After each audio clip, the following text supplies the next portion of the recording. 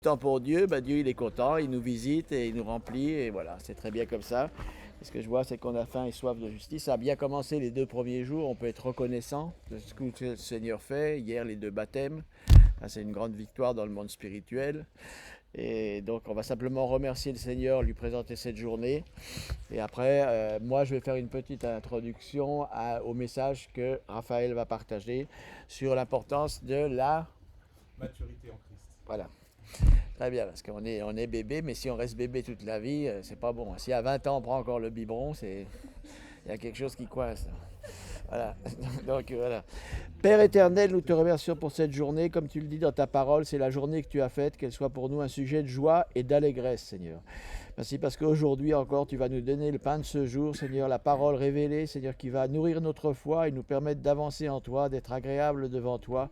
Comme tu l'as dit, à chaque jour suffit sa peine, Seigneur, et nous te bénissons, Seigneur éternel, parce que c'est un jour encore qui nous rapproche de ton royaume, Seigneur. Et tu as dit, Seigneur, réveille-toi, toi qui dors, réveille-toi d'entre les morts et Christ t'éclairera, parce que tu es là bientôt, Seigneur, et tu veux qu'on apprenne à racheter le temps, Seigneur, à profiter bien du temps, Seigneur. C'est pour ça que nous le disposons devant toi, et nous te remercions, Seigneur, parce que c'est toi qui guides toutes choses, et tu nous donnes des oreilles spirituelles ouvertes, des cœurs réceptifs, Seigneur, pour que la semence puisse tomber dans de la bonne terre et qu'elle puisse, Seigneur, se multiplier.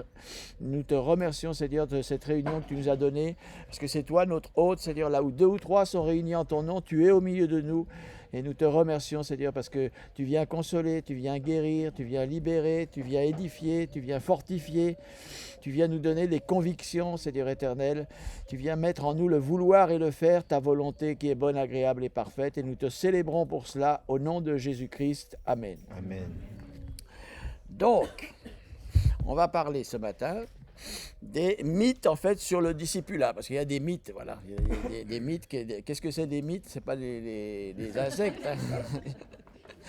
C'est des superstitions par rapport au discipulat et qui nous empêchent d'aller au grain.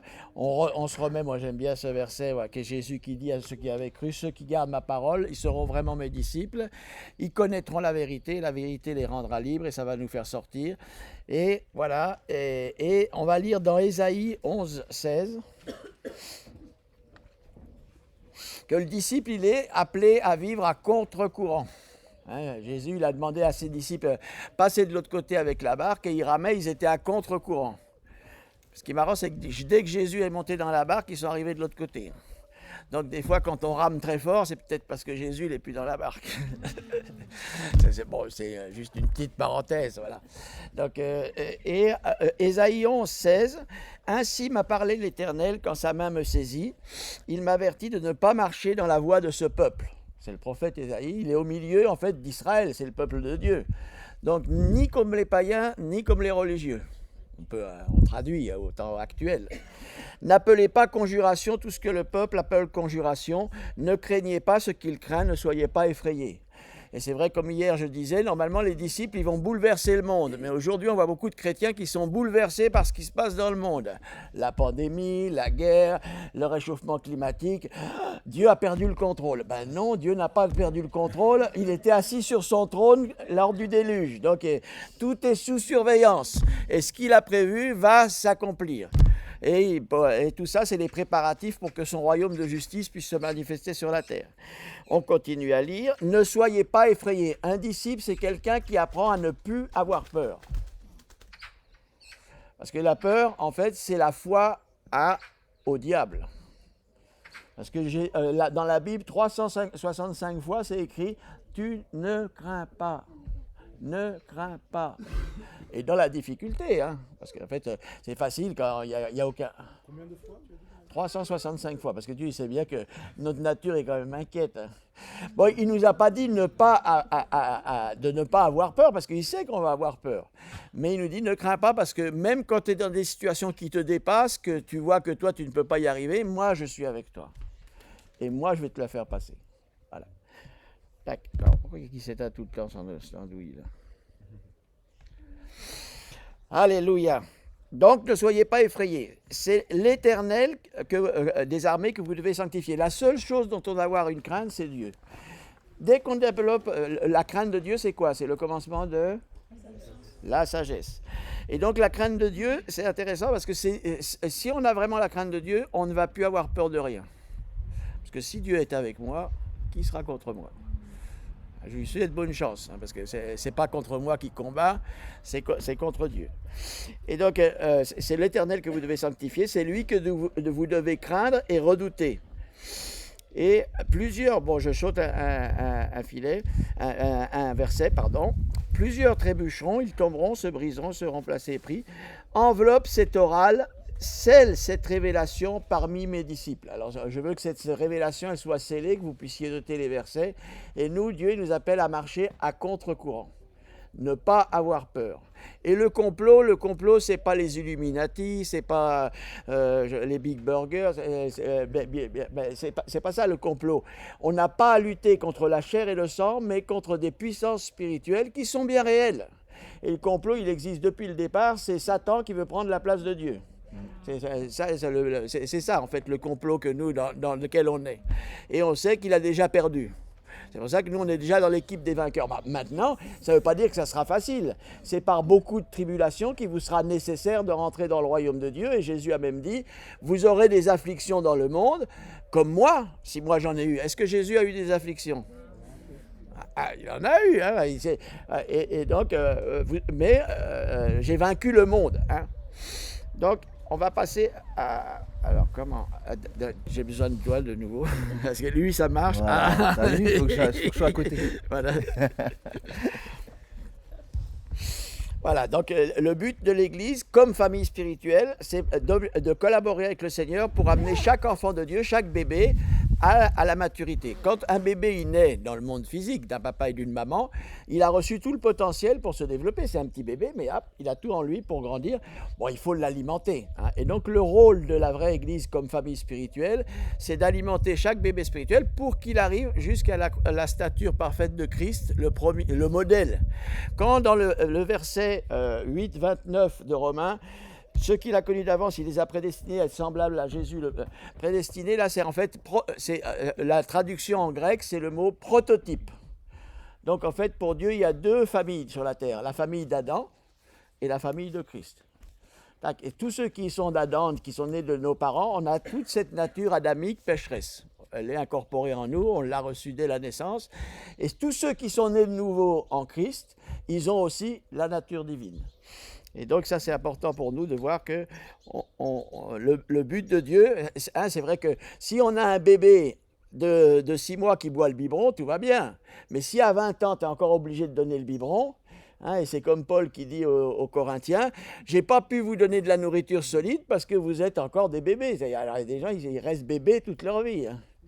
Et donc, on va voir, et je suis sûr que Raphaël va en parler, les moyens, la provision que Dieu a donnée pour qu'on puisse croître normalement. Hein, parce que si on demande à Noé qu'est-ce qu'elle veut, est-ce que tu veux rester bébé ou devenir comme maman? Elle va dire, ah, ben non, moi je veux grandir. Moi. Voilà. C'est Dieu, il nous a créés comme ça, avec cette idée de grandir. Ce qui est normal puisque Dieu est grand. Des fois on discute, les disciples ils étaient vraiment charnels parce que juste quand Jésus allait se faire arrêter, ils discutaient pour savoir qui était le plus grand. Jésus ne leur a jamais fait un reproche parce qu'il désirait être plus grand. Pourquoi? Parce que Dieu nous a créés à son image. Qu'est-ce que ça veut dire? Est-ce que Dieu est grand? Donc aspirer à la grandeur, c'est pas mal. Et Jésus va pas leur faire de reproches, il va leur montrer le chemin. Tu veux être le premier, sois le dernier.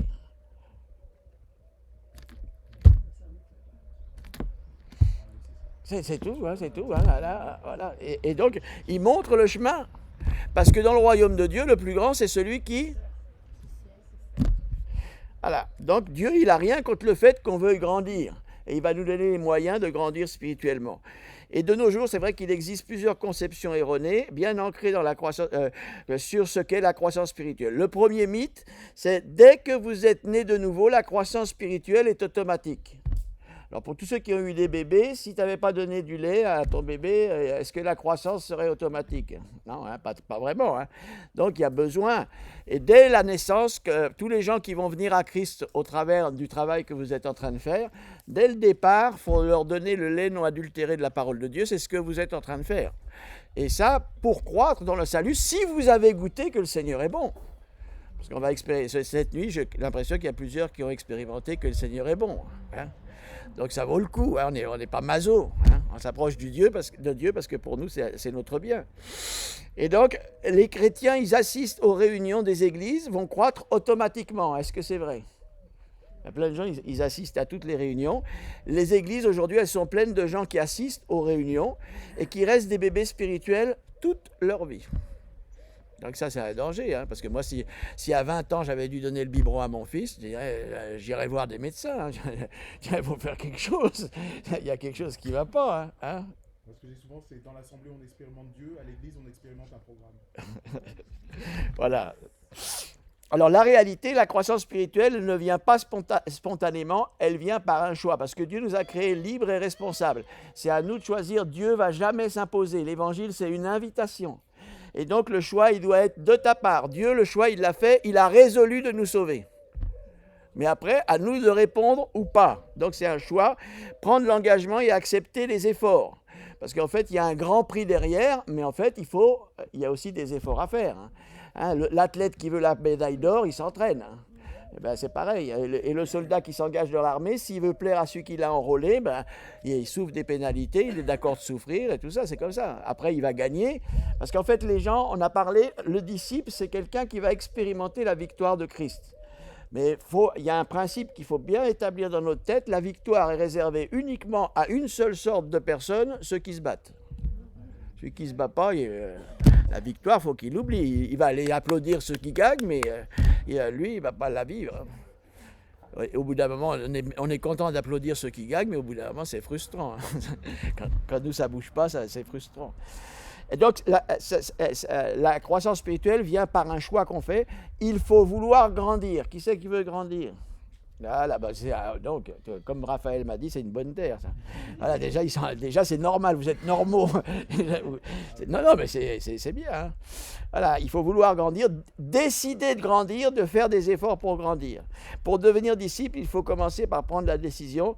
Si Dieu a la part la plus importante, parce que c'est lui qui fait croître, nous avons aussi la nôtre. Hein. Et Philippiens, il dit 2,12, « Mes bien-aimés, comme vous avez toujours obéi, travaillez à votre salut avec crainte et tremblement. » Ah ben Paul, il n'avait pas compris qu'une fois qu'on est sauvé, on est toujours sauvé. Parce qu'il dit « Travaillez à votre salut avec crainte et tremblement. » Et après, il termine bien. C'est Dieu qui produit en vous le vouloir et le faire. Et dans des veillées comme hier soir et cette nuit, c'est Dieu qui produit en nous quelque chose. L'envie de nous approcher de lui, c'est lui. Deuxième mythe, la croissance spirituelle est réservée à de rares élus, appelés au ministère, soi-disant. Beaucoup de chrétiens considèrent la maturité comme étant inaccessible pour eux. Ils pensent qu'il y a des gens qui sont appelés au ministère, puis eux, moi je suis un chrétien lambda, c'est bon, voilà, elle est inaccessible, elle serait réservée uniquement aux super saints appelés au ministère. La réalité n'est pas du tout comme ça, parce qu'on l'a déjà dit, tous nous sommes appelés au ministère. Déjà, ça, c'est un paradigme à déconstruire. Il y en a qui sont dans le ministère, puis d'autres qui sont des simples chrétiens, ça n'existe pas dans le cœur de Dieu. Hein. Tous les enfants de Dieu nés de nouveau sont appelés à servir Dieu. Pour ça, ils ont reçu le Saint-Esprit pour témoigner. Donc ça, c'est important à comprendre. Et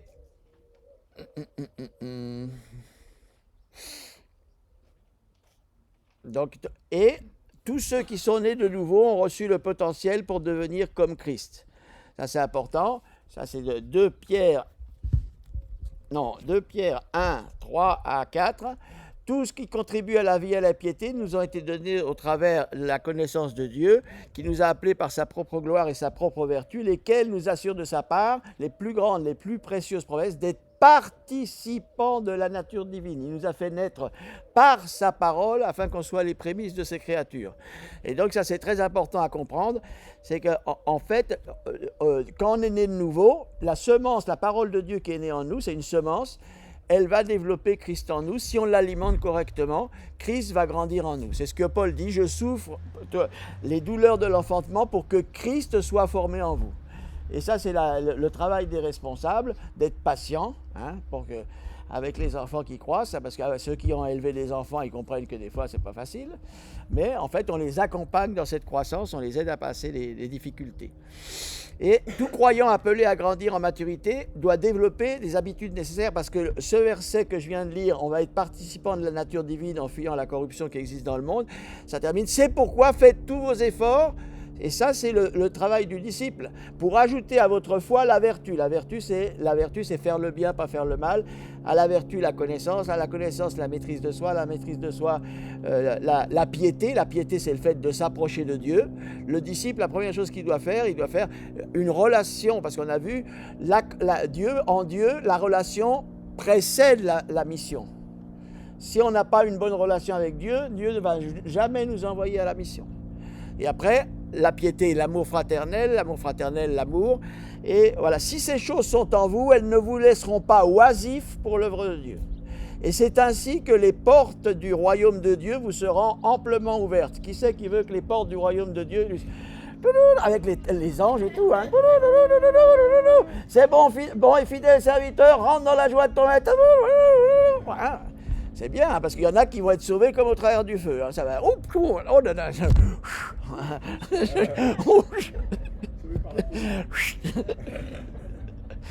Donc voilà. Donc la réalité, en fait, c'est ça. C'est la croissance spirituelle est un processus qui prend du temps. Et Dieu est patient. Et la première chose que Dieu veut nous apprendre, c'est la patience. Parce que la première vertu de l'amour est patient.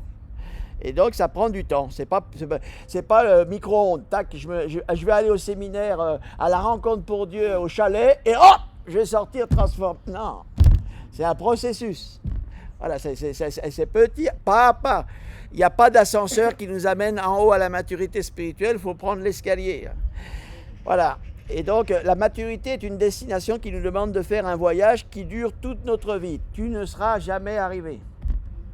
Tu ne seras jamais arrivé. Voilà, c'est Paul qui le dit, et quand on voit Paul, quand même, on voit qu'il a quand même pas mal avancé, le frère. Et il dit, j'y suis pas encore arrivé, mais voilà, connaissant la grâce de Dieu, j'oublie toute chose et je cours en avant pour saisir le prix de la vocation. Lui, il travaillait à son salut, mais il voulait pas une résurrection normale, il voulait une super résurrection. Mais ça, c'est pas le moment d'en parler, voilà, c'est parce qu'on va se perdre sinon. Le quatrième mythe, c'est qu'en fait, la maturité spirituelle se mesure soi-disant à ce qu'on sait. Alors ça, c'est vraiment le pire des mensonges. Même plus on en sait, moins on est prêt pour servir Dieu. Moi, j'ai plein d'amis qui ont fait des écoles bibliques en France, pour se former pour être pasteur. Plus ils étudiaient, moins ils se sentaient prêts. Donc c'est dangereux, hein, déjà, ça c'est déjà. Et beaucoup évaluent la maturité à la connaissance qu'ils ont de la Bible. S'il est vrai que la connaissance de la Bible est un aspect fondamental de la maturité spirituelle, elle n'en est pas le seul élément. Bien au contraire. La réalité, la maturité spirituelle se manifeste plus par notre comportement et nos croyances et nos convictions. Être un disciple, ce n'est pas une affaire de credo, mais c'est de conviction. Il faut se conduire avec conviction et avec caractère. C'est ça que Dieu veut faire en premier lieu. Il faut former le caractère des gens, le caractère de Christ. Et le caractère de Christ, une des particularités pour ceux qui veulent être disciples. Hein. Parce que la connaissance, en plus, elle enfle. Non seulement elle remplit la tête, elle nous fait nous sentir incapables, mais en plus, elle nous donne de la vanité. Et ça, c'est très problématique parce que Dieu résiste aux orgueilleux. Et donc, le caractère de Christ, un peu, il est à l'opposé de ce qu'on pense. Bon, il sait qui il est. Hein. Le Père et moi, nous sommes un, donc il a une saine auto-estime. Hein. Mais il dit, apprenez de moi, je suis le Tout-Puissant. Non, il dit, apprenez de moi, je suis doux et humble de cœur.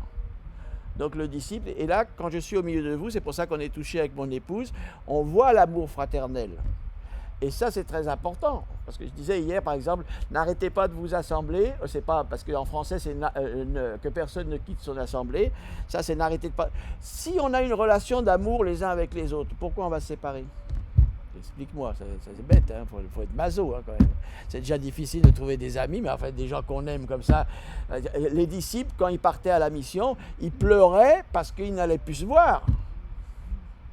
Ils ne se réjouissaient pas, enfin il est parti. Oh, alléluia. Non, ils pleuraient parce qu'ils savaient que quand Paul il dit au revoir aux anciens de l'église d'Éphèse, il pleure. Parce qu'ils pleurent. Parce qu'ils sont tristes de voir. C'est comme moi, quand ma femme est partie en voyage pendant un mois, que j'étais la conduire à l'aéroport.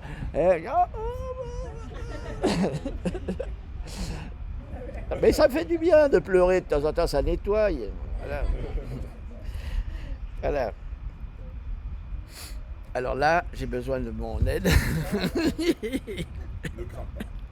Attends, Ah ben là, il n'y arrive pas. non, en fait, parce que des fois, faut que tu cliques dessus avant. Ah ouais, j'ai un professeur en plus, c'est bien. Voilà. Donc voilà, nos œuvres doivent être cohérentes avec nos convictions. Hein.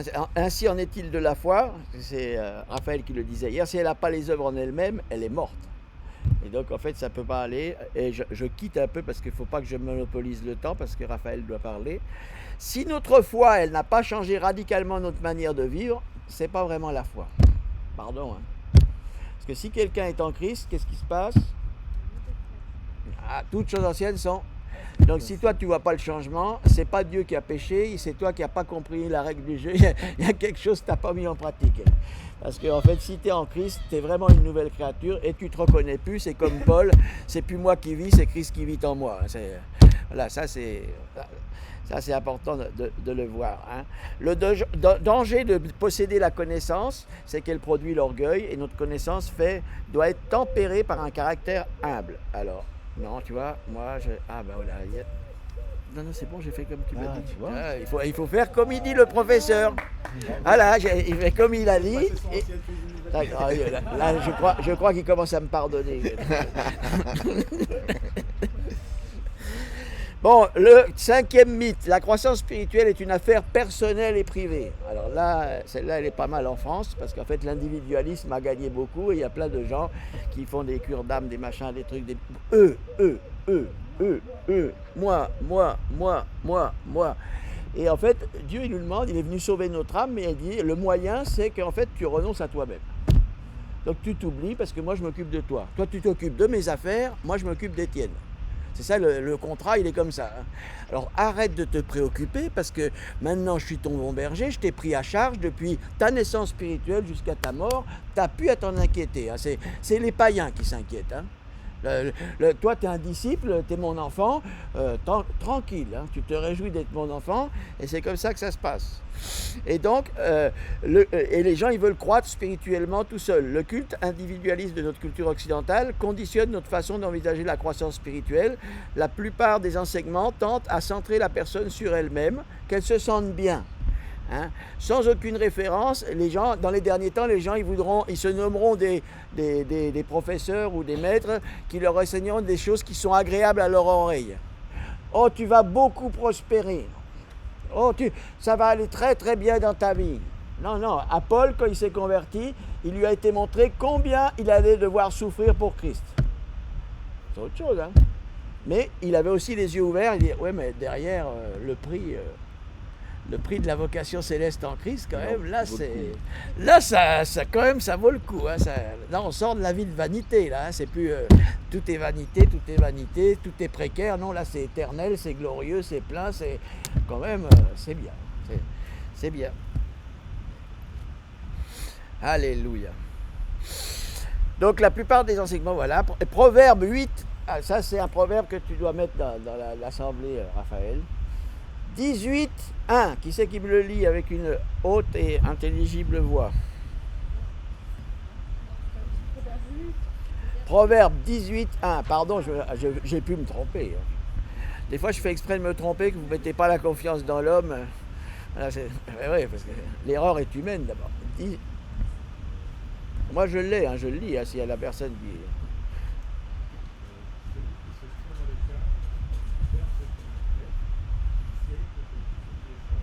Ah, pour les disciples, hein, ça c'est bien.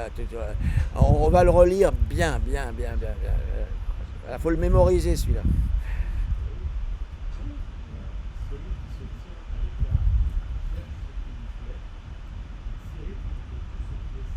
Voilà.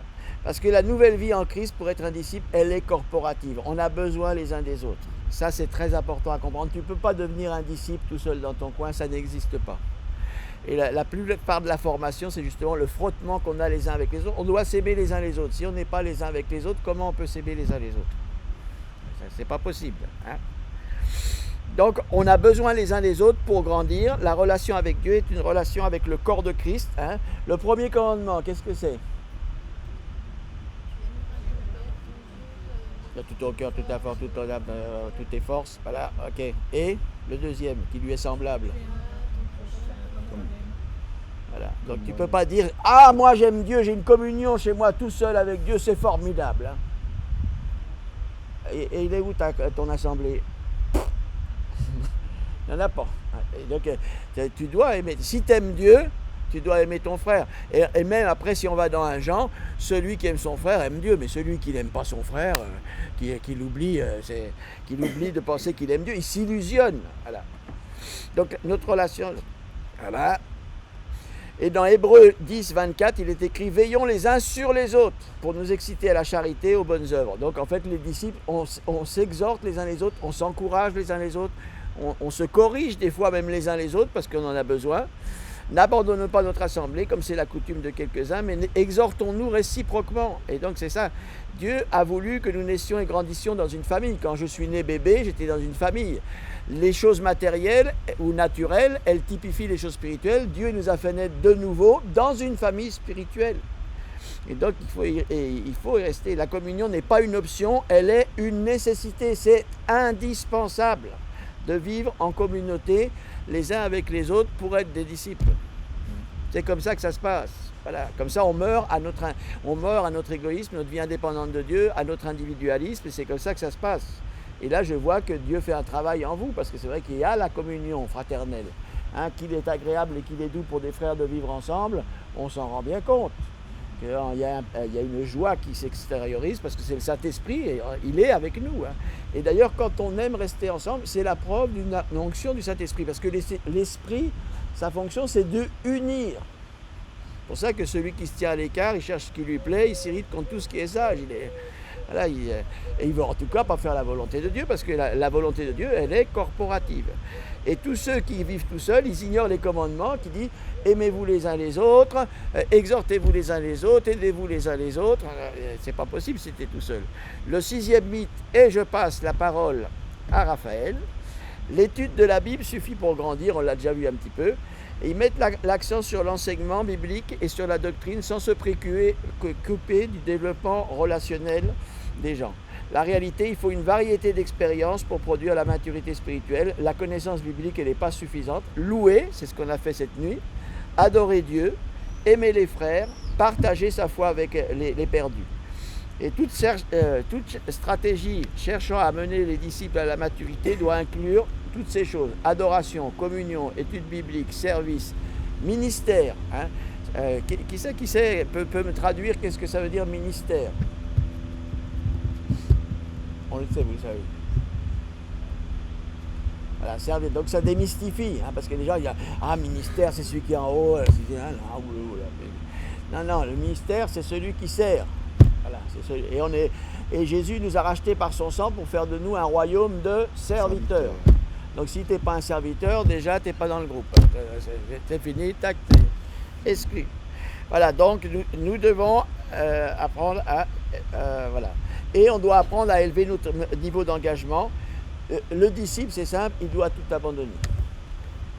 J'ai fini. Et voilà. Et donc, il y a plein de mythes sur la croissance. Et c'est tout un processus. Il faut être patient, il faut être persévérant, il faut décider. Hein, parce que Dieu ne va jamais nous forcer, parce qu'il veut une relation d'amour avec nous. Donc, il nous a créés libres et responsables. Et c'est nous qui devons choisir. Et lui va toujours respecter nos choix. Il ne va jamais passer au-dessus de notre volonté. Le diable, il ne te demande pas ton avis. Hein. Il rentre, il casse tout. Mais Dieu, il est poli, il frappe à la porte. Tu ouvres, je rentre. Tu n'ouvres pas. Ben, si ça te plaît comme ça ta vie, ben continue. C'est comme le fils prodigue. Ah ben tu veux aller faire tes expériences dans le monde? Eh ben vas-y. Voilà, et tu y vas. Voilà, merci. Merci.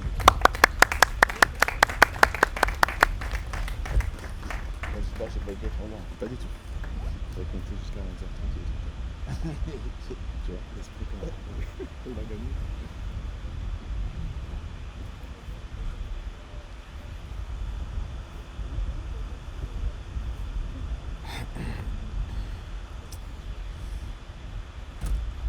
Ouais, c'est bon, je vais me mettre à peu près là.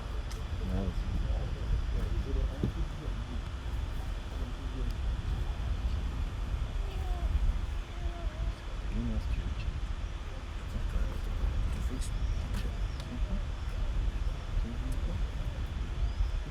Hello.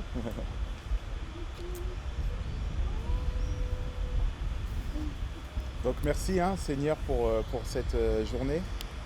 Merci Seigneur vraiment parce que tu nous touches aujourd'hui encore. Merci pour cette belle veillée de prière qu'on a vécue hier, qui a réussi à perdurer jusqu'à l'heure d'arrivée prévue. Seigneur, merci parce que tu étais présent au milieu de nous. Certains ont reçu beaucoup, qu'ils le voient, qu'ils le sentent ou qu'ils ne le sentent pas, Seigneur. Je proclame maintenant que les cœurs sont matures. Ils se rendent bien compte qu'ils te cherchent et qu'ils ne sont pas là pour expérimenter des choses physiques, des choses spirituellement qui vont toucher les sens, Seigneur, mais beaucoup plus des révélations, Seigneur, des choses qui vont les transformer en profondeur, des choses qui vont doucement mais sûrement faire d'eux des nouvelles créatures. Alors merci Seigneur pour cette veillée de prière, merci Seigneur de l'avoir conduite comme elle était, d'avoir pu mettre autant de joie dans nos cœurs. Merci parce que Seigneur, nous ne sommes pas au contrôle de ce qui se passe aujourd'hui, c'est vraiment toi qui es au milieu de nous. Nous t'avons donné le pas, tu nous diriges sûrement et la quantité de bonheur que tu génères, Seigneur, est éblouissant. Alors, encore une fois, merci à toi Jésus, merci pour tout ce que tu as fait, merci pour tout ce que tu es et merci pour la façon dont tu nous conduis. Merci pour chacune de ces brebis, Seigneur. Merci pour le pasteur François qui nous a partagé ce matin encore de magnifiques paroles venant de ta sagesse, Seigneur. Et aujourd'hui, je te demande de venir vraiment remplir mon sein afin que par ma bouche, je puisse toucher les cœurs, Seigneur. Que les cœurs vraiment puissent être ouverts, que les yeux spirituels s'ouvrent, que les oreilles spirituelles s'ouvrent, que le voile se déchire, Seigneur, et que les cœurs soient pénétrés de ton amour, Seigneur, et que ces cœurs puissent faire de bonnes racines et s'ancrer en toi, mon Jésus. Au nom de Jésus, j'ai prié. Merci. Amen. Merci à vous d'être là. Ça y est, je crois qu'on est le jour où on est le plus au complet. Jean-Charles, je ne sais pas où il est d'ailleurs. C'est aujourd'hui qu'on est le plus, je pense. Voilà, bon, il y en a qui ont fait la grosse prière, donc ils dorment encore et on proclame qu'ils prennent de bonnes forces et qu'ils se reposent bien. Et voilà, ce qu'on a vécu hier, c'était hier et depuis le premier jour, on va dire, pour moi, je me réjouis vraiment parce que c'est vraiment ce qu'on appelle un départ de maturité. Quand je dis un départ de maturité, je dis un départ parce que quand on se compare à l'apôtre Paul, on peut tous se dire qu'on est au départ. Spécialement moi, qui suis assez jeune converti, moi j'ai que 9 ans de conversion, j'ai 2 ans de baptême du Saint-Esprit, 1 an de baptême d'eau, donc je suis encore un bébé, je me réjouis d'être un bébé parce que dans l'humilité, je peux me dire que... Oui mon cœur, mais c'est pas le moment, on va voir maintenant si tu veux. Elle a faim apparemment. Ouais, et c'est aujourd'hui, je m'estime vraiment comme un bébé, mais je me bats vraiment pour grandir correctement. J'ai même envie de dire pour prendre le maximum de force, comme Noah, on le voit, elle mange toute la journée, elle dit j'ai faim à peu près toutes les 15 secondes. Merci Seigneur, c'est un enfant qui se développe bien, qui est en bonne santé. Et moi c'est pareil, je suis comme elle, j'ai faim, je veux grandir. Il y a un grand, ok, moi je m'occupe plus des gens de mon âge. Moi je vise les plus grands. Vous voyez, les enfants ils sont toujours comme ça. Ils regardent les plus grands. Et moi j'ai un peu ce cœur-là d'enfant. Et en cela, je me plais à le dire, j'ai soif.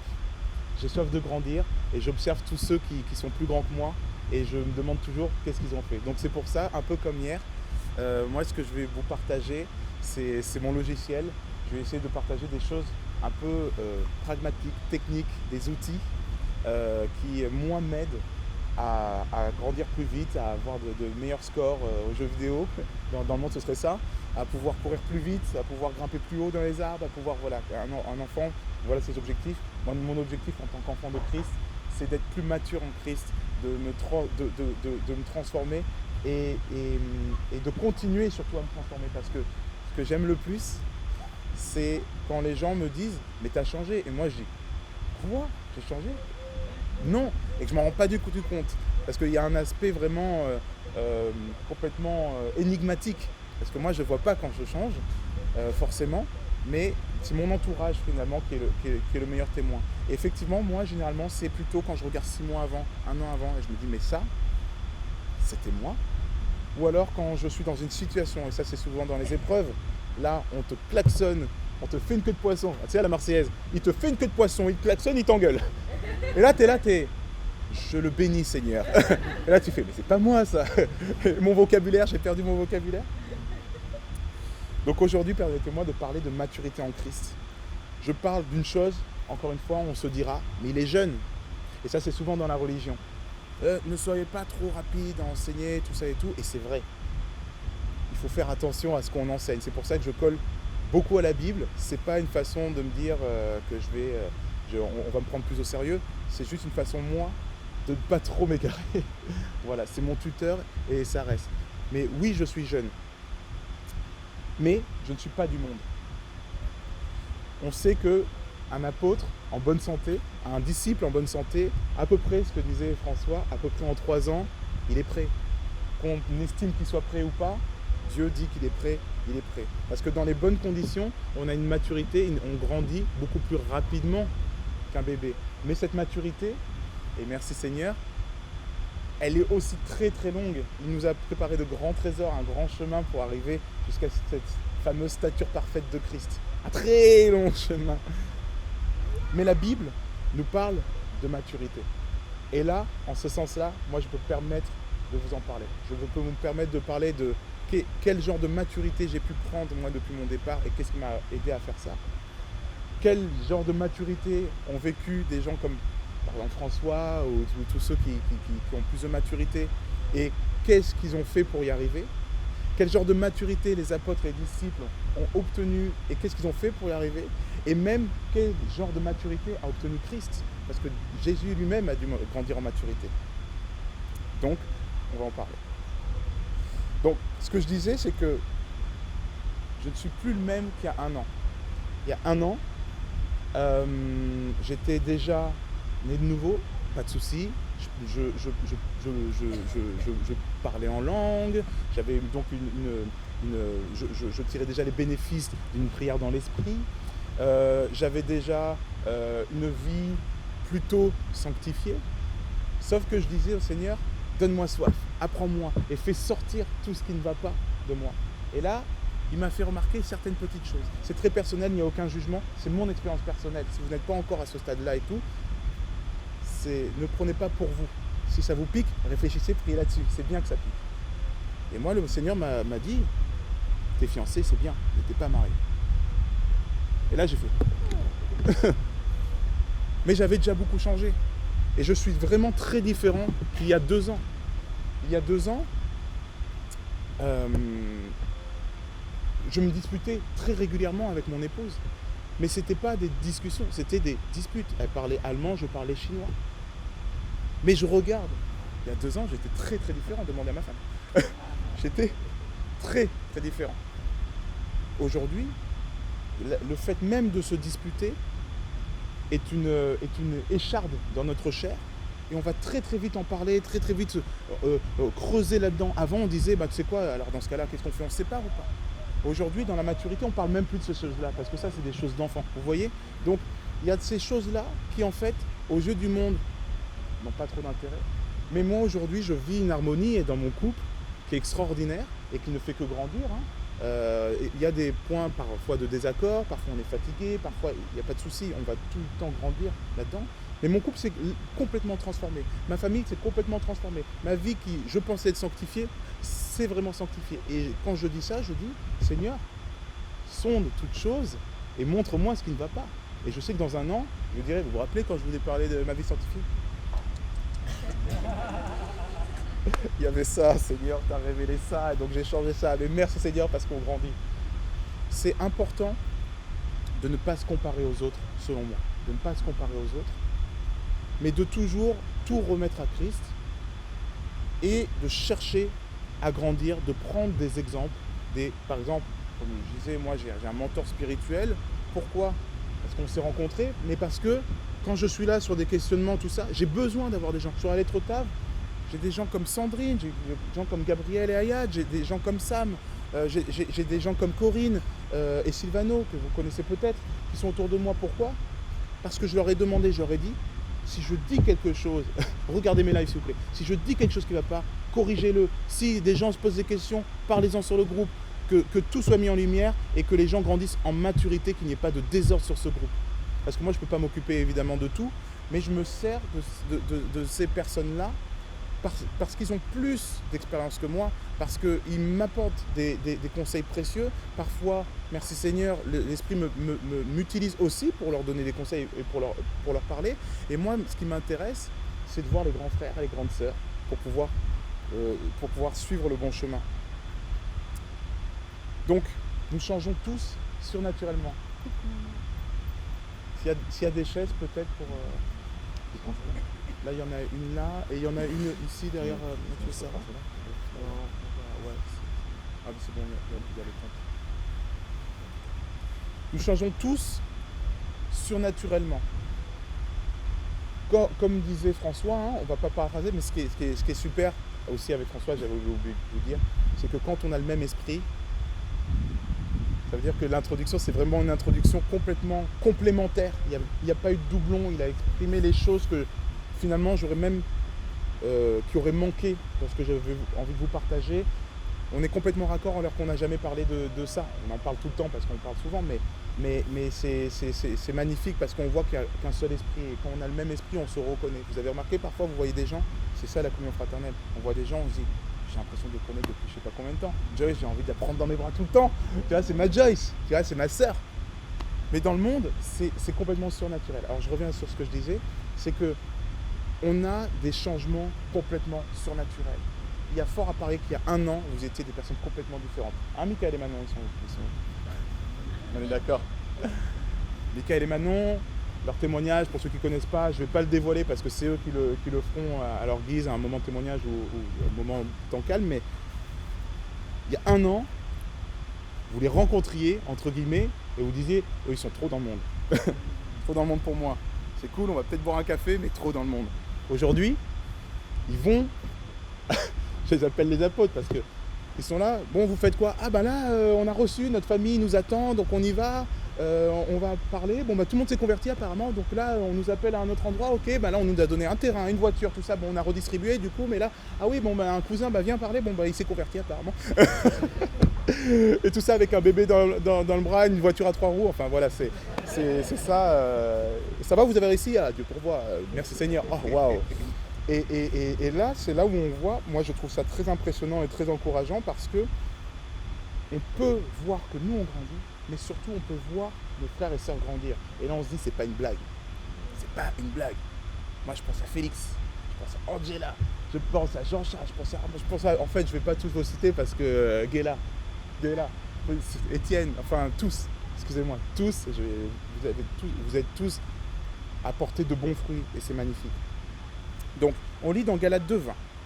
J'ai été crucifié avec Christ. Et si je vis, ce n'est plus moi qui vis, c'est Christ qui vit en moi. Si je vis maintenant dans la chair, je vis dans la foi. Si je vis maintenant dans la chair, je vis dans la foi au Fils de Dieu qui m'a aimé et qui s'est livré lui-même pour moi. Je ne regrette pas la grâce de Dieu, car si la justice s'obtient par la loi, Christ est donc mort en vain. Donc tout ce qui nous permet, nous, de nous transformer, c'est parce que Christ vit en nous. Et comment en être persuadé, comment s'accrocher à cette idée, comment en être persuadé, c'est toujours en regardant en arrière, mais surtout en se confrontant avec les frères et sœurs, et en voyant le témoignage des personnes dans leur propre vie et sur notre propre vie. On voyait, comme disait François un peu, que la Bible, pour ceux qui l'aiment, c'est la base. Les gens vont se positionner là-dessus et dire, bon, ben, moi je vais grandir avec cette Bible parce que c'est ça qui va m'encourager. Mais il n'y a pas que lire la Bible. Il y a aussi entendre parler de la Bible. Il y a aussi parler des choses bibliquement. Il y a aussi parler avec d'autres personnes qui ont lu la Bible, qui ont l'esprit. Et la Bible nous dit que ceux qui suivent ces commandements-là sont semblables à des vieillards. La Bible nous appelle les vieillards. Alors, moi, j'ai pas l'impression d'être un vieillard et je ne pense pas être un vieillard avant un bon moment. François est loin d'être un vieillard. Vous voyez ce que c'est un vieillard, hein? Vous voyez ce que c'est un vieillard? Mais la Bible nous appelle des vieillards. Ça veut bien dire que la maturité dans la chair n'est rien à côté de la maturité qui est prise dans l'esprit parce que Christ vit en nous. On n'est pas dans la même accélération que dans le physique, dans le spirituel. Ça va beaucoup plus loin, il y a beaucoup plus de puissance. Ancien ? Oui, oui, oui. Ancien, vieillard, mais ancien, ouais, c'est ça. Ouais, complètement. On lit dans Job 32,7. Je disais en moi-même, les jours parleront, le grand nombre des années enseignera la sagesse. Mais en réalité, dans l'homme, c'est l'esprit, le souffle du Tout-Puissant qui donne l'intelligence. Ce n'est pas l'âge qui procure la sagesse, ce n'est pas la vieillesse qui rend capable de juger. Donc ça, dès qu'on vous dit que vous êtes trop jeune, vous balancez ce verset, généralement on vous laisse un peu. Ça, c'est dans Job 32 et sur l'âge spécifiquement, c'est verset 9. Apocalypse 4.10. Les 24 vieillards se prosternèrent devant lui, qui est assis sur le trône, et ils adorent celui qui vit au siècle des siècles. Et ils jettent leur couronne devant le trône. Sans aller trop loin dans l'explication de tout ça, parce qu'il peut y avoir aussi plusieurs interprétations, mais d'après moi, vérifiez aussi, quand on parle des vieillards, on parle des chrétiens. Et il y en avait 24, selon moi, François, pour moi, il y a 12 apôtres, chrétiens, et 12 tribus d'Israël. Merci. Donc,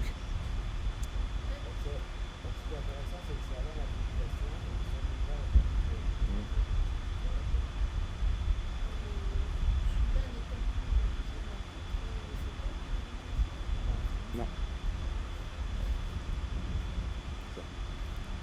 Ils l'ont tiré au sort. Et voilà, c'est lui qui a remplacé Judas. Donc,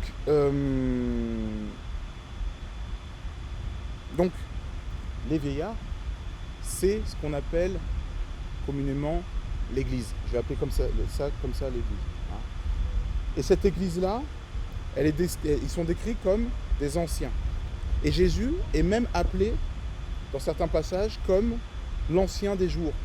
Il est comparé à un vieillard. Mais pas un vieillard comme on le voit, grabataire, qui lutte contre l'endormissement.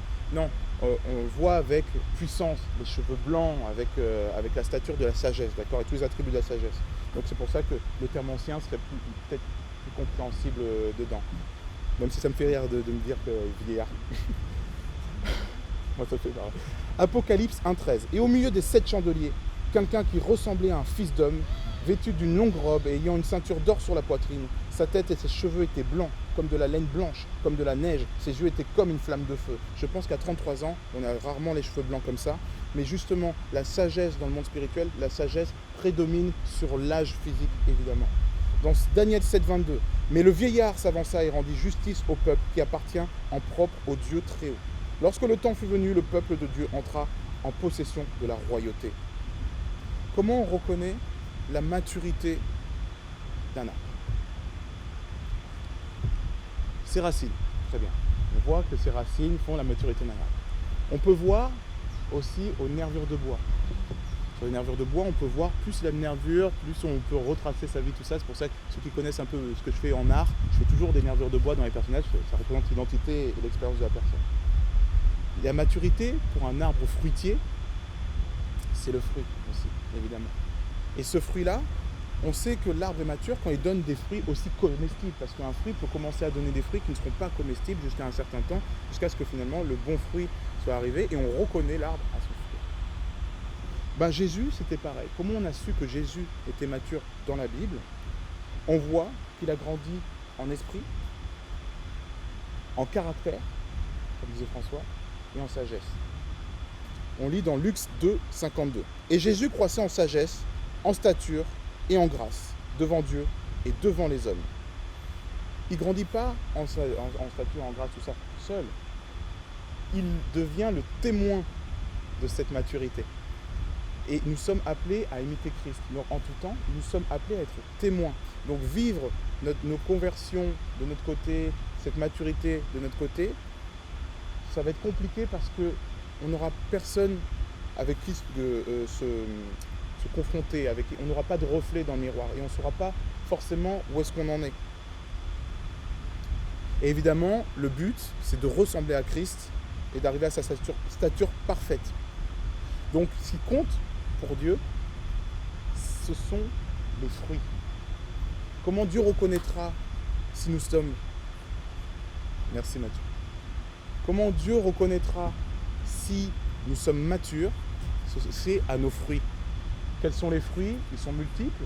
Mais avant tout, et ça c'est mon challenge, c'est pas combien de malades j'ai guéri, c'est pas combien de versets j'ai retenus, c'est combien d'âmes j'ai réconcilié avec Dieu. C'est mon ministère.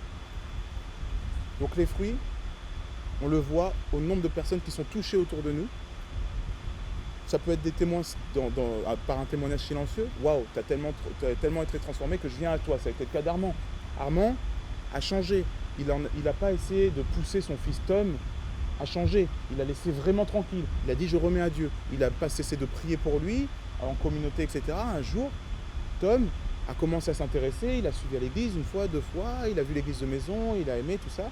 Il a demandé, il a eu le désir de se faire baptiser. On l'a baptisé il n'y a pas très longtemps, là, quelques jours.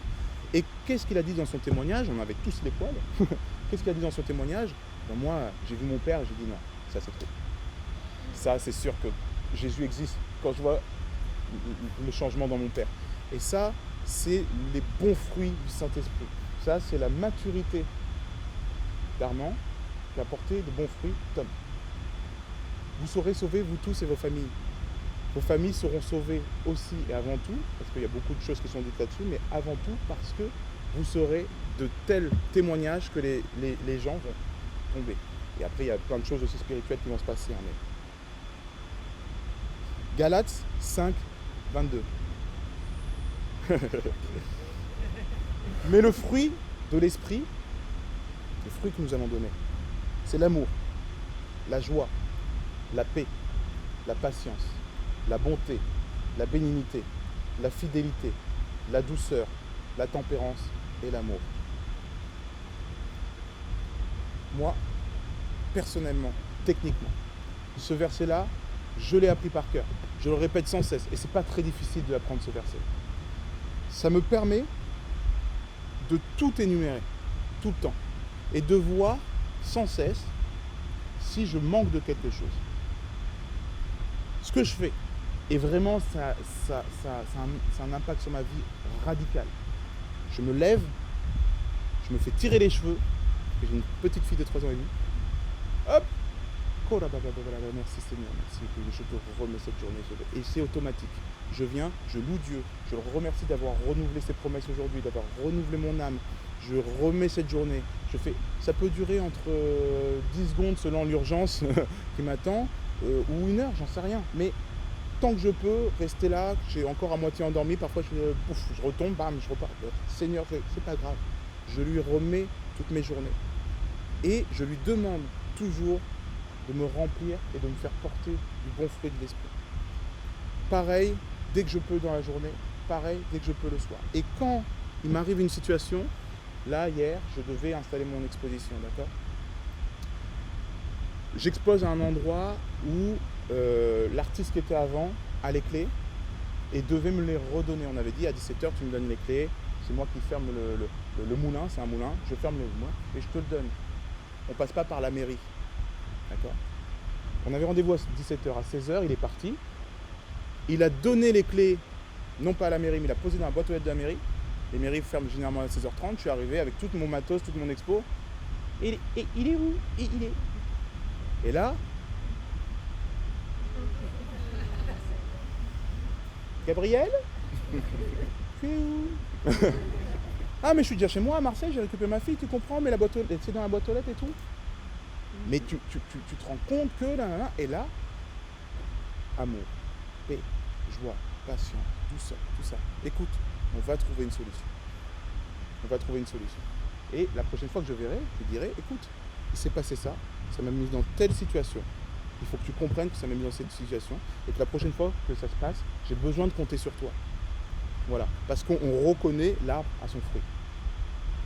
À bon entendeur, j'ai trouvé la solution, il s'est passé ça, merci Seigneur.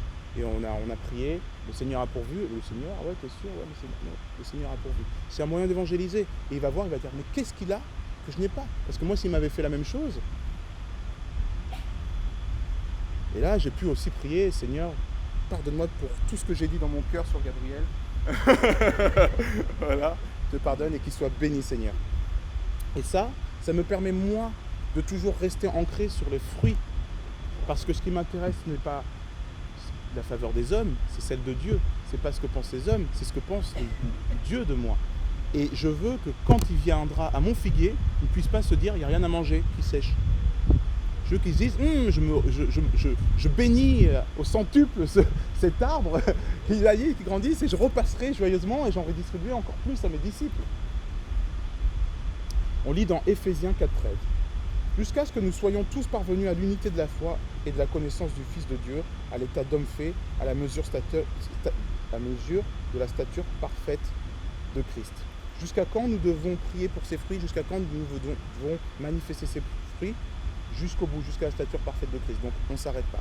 Mais attention, ce n'est pas des choses qu'on obtient par nos propres efforts.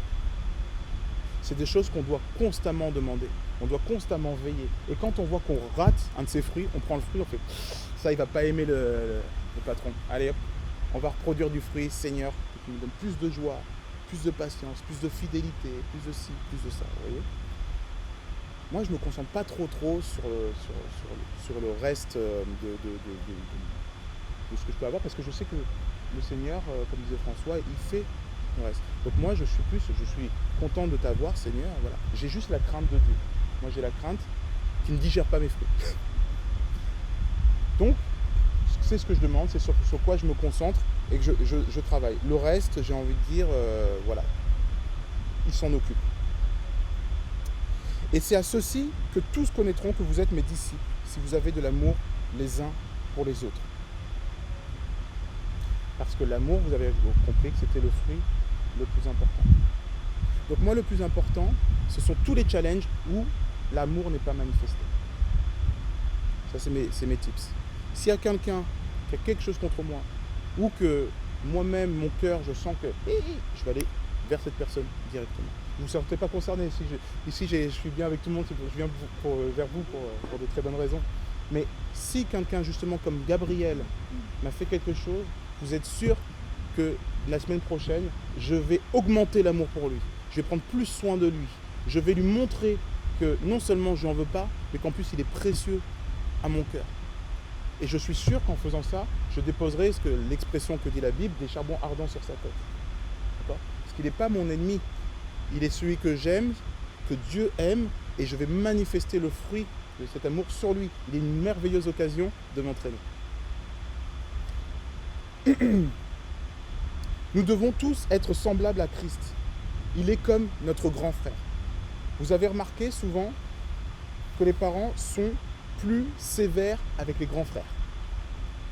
Parce que si le grand frère d'une fratrie roule bien, il y a de fortes chances pour qu'il soit un bon exemple et que lui-même fasse, voilà. On voit Fanny, c'est une grande sœur par exemple, et son petit frère, elle a toujours été, c'est ta maman qui me racontait, tu as toujours été aux petits soins pour lui, tu étais près de sa maman, et peut-être ta maman parfois te disait, attends, t'es pas la maman, doucement, doucement. Mais on est comme ça. Si le premier fruit, les prémices sont bonnes, la récolte, logiquement, sera bonne. Pourquoi ? Parce qu'il est imité. Et nous sommes appelés à imiter Jésus. Donc on a, gloire à Dieu, un parfait exemple, quelqu'un qui est vraiment parfait, et si on le suit, on ne se trompe pas. Romains 8, 29. Car ceux qu'il a connus d'avance, il les a aussi prédestinés à être semblables à l'image de son Fils, qui est le prototype, afin que son Fils fût le premier-né entre plusieurs frères. Premier-né. Donc, celui qui est mature, celui qui veut grandir en maturité, déjà, étudie tout ce que fait Jésus. Pour moi, tout ce qui n'est pas ce que faisait Jésus est un contre-témoignage. Moi, vous vous rappelez, un peu bête et méchant, si Jésus ne faisait pas ça, je ne vais pas le faire, ou en tout cas, je ne le ferai pas avec cœur, je ne vais pas le prendre comme, voilà. Bon, Jésus ne peignait pas, je peins. Ok, on n'est pas... Mais si Jésus, par exemple, ne renonçait pas quand il priait, moi, je ne renonce pas quand je prie. Par exemple, on parle vraiment de spirituel. Et tout ce que Jésus fait, je me questionne, je l'étudie, je le médite, je le garde dans mon cœur, et je tends vers ça. Et je m'essaye à ça. Et évidemment, je suis aussi ce que les disciples de Jésus, qui étaient au plus proche de lui et qui étaient pleins du Saint-Esprit aussi, faisaient. Ils sont mes mentors et mes grands frères. Et je les étudie, et c'est la parole de toute façon, donc je regarde les yeux fermés. Et ça va nous éviter justement de tomber dans les fameux contre-témoignages. On en parlait hier pour la guérison, pour la prière dans la percée, ne pas abandonner. Et bien c'est pareil. Si Jésus ne faisait pas ça, si Jésus faisait ça, ça permet que tous les contre-témoignages qui disent « ouais, c'est sûr que c'est écrit dans la Bible, mais, fini, j'entends plus rien. » Il n'y a pas de mots. Moi, c'est oui ou non. Oui, Jésus le faisait. Non, mon grand frère ne le faisait pas. Et cela, évidemment, nous permettra d'affronter tous les combats et toutes ces épreuves sans se faire balloter de gauche à droite comme un bateau, comme une personne ivre qui serait poussée à tout vent de doctrine. Voilà, j'ai mis toutes les paraboles possibles pour expliquer ça. Mais si nous ne grandissons pas, il y a un problème. Parce que un enfant faible, un enfant qui ne grandit pas à la même mesure que les autres, il va commencer à devenir craintif. Ça va devenir dangereux pour lui. D'accord ? On voit tous les plus petits à l'école, on voit comment ça se passe généralement plus dans les écoles. Il peut se faire boycotter, il peut se faire malmener, il devient un peu... Voilà. Un enfant qui ne se développe pas bien à la vitesse qui serait souhaitée, il va faire quoi ? Il va devoir avancer avec crainte et se réfugier vers ceux qui sont plus grands que lui. Il va être dépendant. Protège-moi. C'est comme en prison. Protège-moi. Parce que là, il va faire quoi ? Il va devenir esclave de celui qui a plus de maturité que lui. Et là, dans ce cas-là, c'est le meilleur moyen de tomber dans les fausses doctrines, dans la religion et d'être baladé. C'est pour ça qu'il est important, de façon individuelle, mais aussi en assemblée, de porter du fruit et de mûrir. On lit dans Éphésiens 4,14. Afin que nous soyons plus des enfants, flottant et emportés à tout vent de doctrine par la tromperie des hommes, par leur ruse, dans les moyens de séduction. Matthieu 7, 24. Très connu, c'est pourquoi quiconque entend ces paroles que je dis et les met en pratique sera semblable à un homme prudent qui a bâti sa maison sur le roc. La pluie est tombée, les torrents sont venus, les vents ont soufflé et se sont jetés contre cette maison. Elle n'est point tombée parce qu'elle était fondée sur le roc. Mais quiconque entend ces paroles que je dis et ne les met pas en pratique sera semblable à un homme insensé qui a bâti sa maison sur le sable. La pluie est tombée, les torrents sont venus, les vents ont soufflé et ont battu cette maison. Elle est tombée et sa ruine a été grande. Jésus veut que nous soyons ancrés sur sa parole, ancrés en lui, enracinés dans son amour, enracinés dans la méditation de qui il est et de ce qu'il est, parce qu'il sait qu'il va y avoir des épreuves. Et il sait que pour grandir, on va avoir besoin de bénédiction. Parce que dans ce monde, grandir correctement, sans bénédiction, sans l'aide de Dieu, c'est compliqué, on voit un peu ce qui se passe sur BFM. Donc, pour grandir, on a besoin de ces bénédictions. Mais nous sommes comme des vases de terre. Il ne peut pas nous remplir si nous sommes trop fragiles. Il ne peut pas remplir notre maison si les fondations ne sont pas solides. On a besoin d'être solidement ancré. Si on n'est pas solidement ancré, il ne peut pas nous donner les révélations dont on aurait besoin. Si on n'est pas assez solide, on ne pourra pas porter le poids de ses grâces et de ses bénédictions. Ça, c'est aussi quelque chose par rapport à la prière d'exaucement, etc. Parfois, Dieu veut qu'on soit plus solide, qu'on soit, vous voyez, qu'on passe pas peut-être 40 ans dans le désert, si on est vraiment... Mais il veut qu'on s'endurcisse, afin qu'on soit capable de porter ses bénédictions, qu'on soit capable de porter les missions qu'il a pour nous, et qu'évidemment on soit capable, à terme, in fine, en tant que serviteur, de porter les autres. Donc une des premières choses à régler, François disait, c'est l'orgueil. C'est l'orgueil. Dieu résiste aux orgueilleux, ce serait dommage de... Il fait grâce aux humbles. Faire aiguise le faire. Comment régler cet orgueil-là ? C'est dans le monde, mais c'est surtout dans l'Église. C'est surtout dans l'Église. Parce qu'il y aura des gens pour vous abaisser. Je vous parle de ça parce qu'en plus de ça, moi, avec un ministère comme la lettre Tav, si on peut appeler ça un ministère, avec ce ministère, je dois grandir plus vite que les autres aussi. Parce que je surfe sur des vagues qui sont un peu compliquées à surfer. On reçoit, vous savez, des kilos d'insultes, des critiques, parce que vous êtes sujet à la critique, vous ouvrez le bec, donc forcément on s'empresse de sortir les fusils.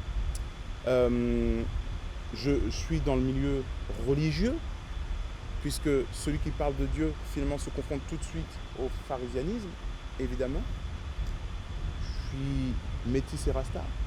L'air de rien, vous en rendez peut-être pas compte pour ceux, mais ceux qui le sont, que ça peut être un obstacle en plus pour certaines personnes. Malheureusement, ça reste une réalité, même si je ne la vois pas, cette réalité, on s'en fout. Mais il peut y avoir ça. Donc, disons que, sans m'apitoyer sur mon sort, je dois grandir très vite. Donc, je remercie le Seigneur parce que dans ces épreuves-là, parfois je pose un petit genou à terre, mais je me relève toujours. Il me relève toujours. Parce que vous êtes ma motivation, parce que je dois vous partager ça et que je souffre aussi pour le corps comme vous souffrez pour le corps tout entier, pour être un témoignage. Donc je peux vous dire qu'un des premiers pièges, c'est l'orgueil. Quand on vient vous acculer, qu'on parle de vous beaucoup, il y a deux solutions. Soit vous dites ouais mais c'est nul, j'écoute rien, de toute façon c'est l'esprit, moi il n'y a que l'esprit qui me dit j'écoute rien, orgueil spirituel. Soit vous apitoyez sur soi, vous voyez, ils sont tous en train de me frapper, tout ça, mais j'en ai marre, mais comment ça se passe là? Orgueil spirituel. Tout le monde est censé souffrir, réjouissez-vous de vos épreuves. Mais il y a aussi là autre chose, les gens vont dire j'étais beaucoup touché, tu sais, et merci Seigneur, gloire à Dieu, ils vont vous dire tu sais ce que tu as fait, ça m'a touché, il y a deux solutions, il y a plusieurs solutions. Soit on dit merci Seigneur, il est en train de faire des choses extraordinaires et moi j'y suis vraiment pour rien, bonne solution. Ou on imagine le reste, l'orgueil spirituel, on n'a pas besoin d'en parler, c'est en tout temps, on peut s'effondrer en se disant c'est vrai que c'est pas mal ce que je fais, c'est pas mal ce que je dis, je vais encore me regarder, fais voir, quand j'ai dit ça, bam, boum, punchline. Et là, à ce moment-là, on peut tomber. Mais là, je parle d'un ministère, ce sont entre guillemets mes ennemis, moi personnellement. Mais vous tous, vous êtes des lumières du monde, vous êtes le sel de cette terre, vous êtes saints. Ah ouais. Vous allez arriver et les gens vont vouloir se confier à vous. C'est Amine qui disait ça souvent, les gens, vous êtes là et vous voulez rien, vous êtes dans l'assemblée, il y a un gars, tu sais, moi quand j'avais 14 ans déjà, ça remonte, hein. Je sais pas pourquoi je te dis ça, mais ils vont venir se confier à vous parce que c'est pas vous qui voit, c'est Christ qui voit en vous. Mais si vous ne réorientez pas vite les choses sur Christ, vous-même, vous pouvez tomber dans cet orgueil. Mais en réalité, ça c'est vraiment le b.a.-ba de l'orgueil parce qu'on pourrait en parler, on pourrait faire tout un partage dessus, c'est très très très vaste. Et moi-même, j'en ai pas étendu le champ des possibles parce qu'il y a plein de situations qui permettent de me montrer « Ah, t'as failli glisser !» Alors, Matthieu 6, 3, 4. « Mais quand tu fais l'aumône, que ta main gauche ne sache pas ce que fait ta droite, afin que ton aumône se fasse en secret. Et ton Père qui soit dans le secret te le rendra. Ne parle pas de tes bonnes œuvres. » Oui, pardon, ça c'est moi qui donc ça c'est le verset 6, 3, 4. Donc ça c'est par rapport à l'aumône.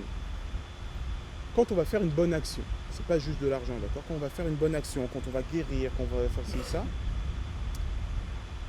le conseil que moi je vous donne et que j'applique vraiment à moi-même, n'en parlez pas.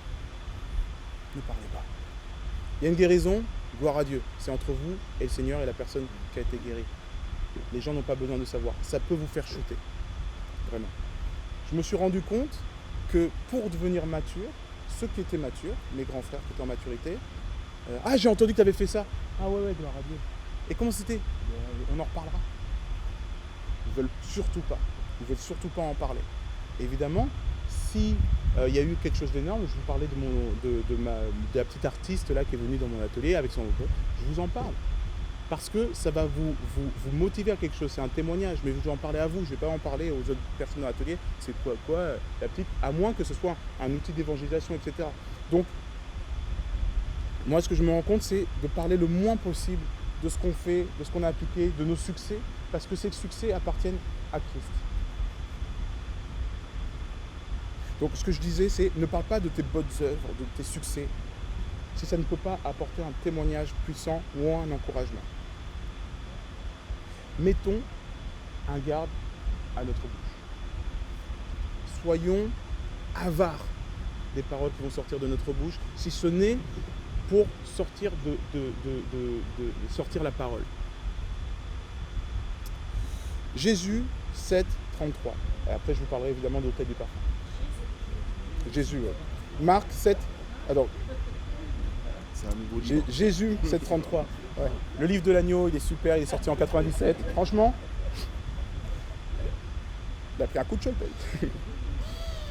Donc Marc, non, c'était pas celui-là, pardon. Oui, Marc 7,33. Il prit à part, loin de la foule, lui mit les doigts dans les oreilles et il toucha la langue avec sa propre salive.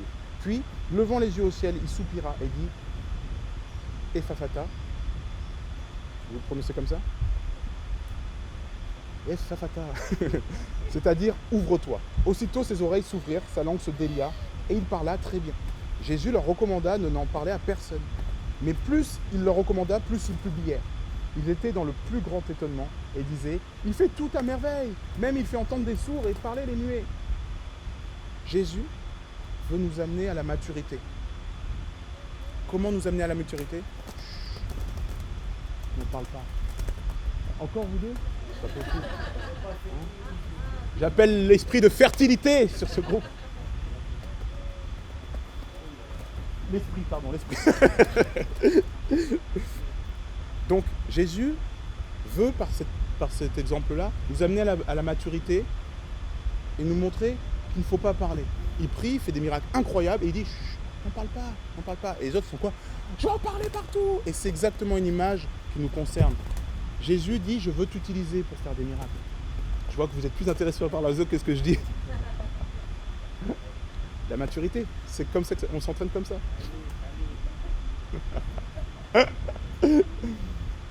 Et Jésus, en disant ça, nous dit aujourd'hui, je vous donne des choses, vous allez vous faire des grands miracles, mais n'en parlez pas. Et quel est le premier réflexe des enfants? Ils vont en parler à tout le monde. Et qu'est-ce qui va se passer? Ah, c'est une secte. Ah, ils disent que les gens sont guéris. Regardez, mais c'est pas biblique. Allez, c'est ça. Et vous allez attirer les foudres parce que vous ouvrirez les portes du diable. Quand vous parlez trop, le diable se sert de ça pour se retourner contre vous. Gardez secret ces choses-là. Humiliez-vous, gardez en humilité. Il y a une guérison, gloire à Dieu, gloire à Dieu, gloire à Dieu. Et qui serait le plus mature? Celui qui prend le micro, allez-y, vous êtes tous guéris, ou celui qui est mort et sur sa pierre tombale, devant sa pierre tombale, il y a 10 000 personnes. On se dit, mais qu'est-ce qui se passait? Lui, il lui a donné temps, il a aidé à finir ses études, cette dame-là, il s'en est occupé toute sa vie, ces gens-là, ils ont été guéris, ils se sont relevés. Qui est le plus mature d'entre eux? Et celui qui a été le plus mature, en plus de ça, a pu grandir plus vite parce qu'il a eu moins de combats inutiles, de verbiage à devoir gérer dans le monde. Donc ça, c'est vraiment quelque chose que je vous encourage à faire. Pour grandir en maturité, c'est d'écouter ce que Jésus dit. Quand il dit ça à ceux qui l'entourent, ne le dites à personne. Nous sommes évidemment des enfants toujours trop pressés de parler. Et la langue parlée, ce qu'on va dire avec notre mot, ça correspond vraiment à la maturité. Parce qu'imaginez Jésus grandir. Comment les gens ont vu qu'il avait grandi en sagesse, en maturité, en stature, etc. On peut le voir, quelqu'un qui est là.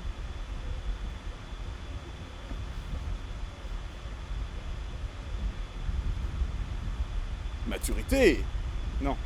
La maturité, c'est la façon dont il va répondre quand on l'attaque. C'est la façon dont il va honorer son père et sa mère.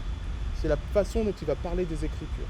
C'est la façon où il va... Et c'est en fait par la bouche que ça part.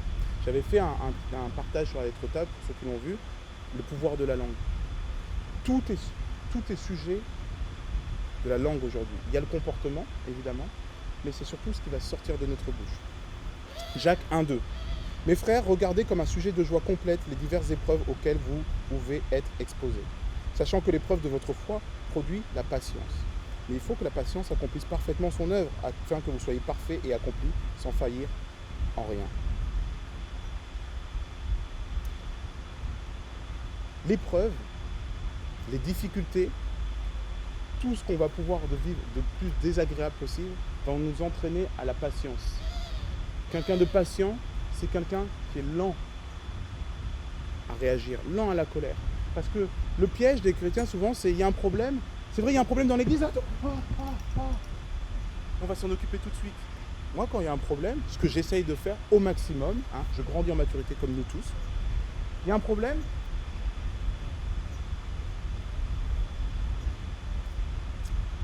Félix, est-ce que tu vois ce problème?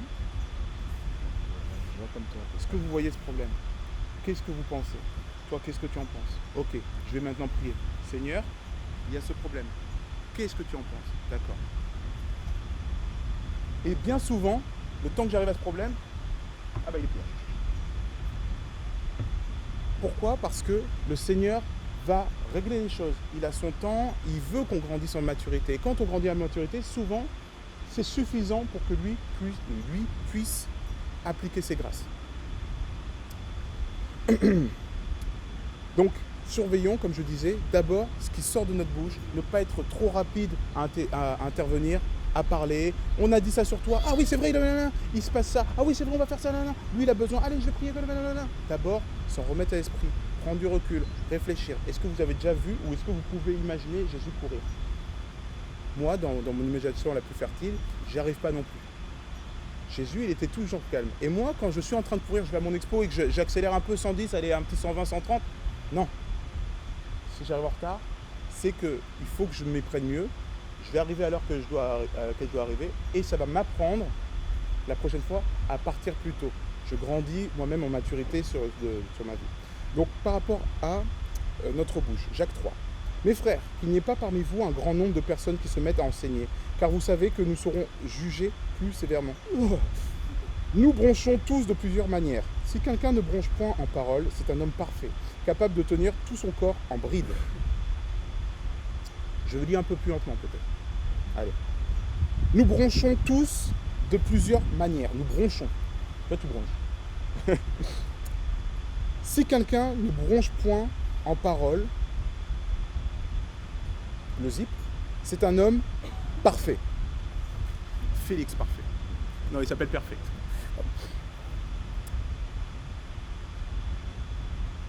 Si nous mettons... Alors, voilà.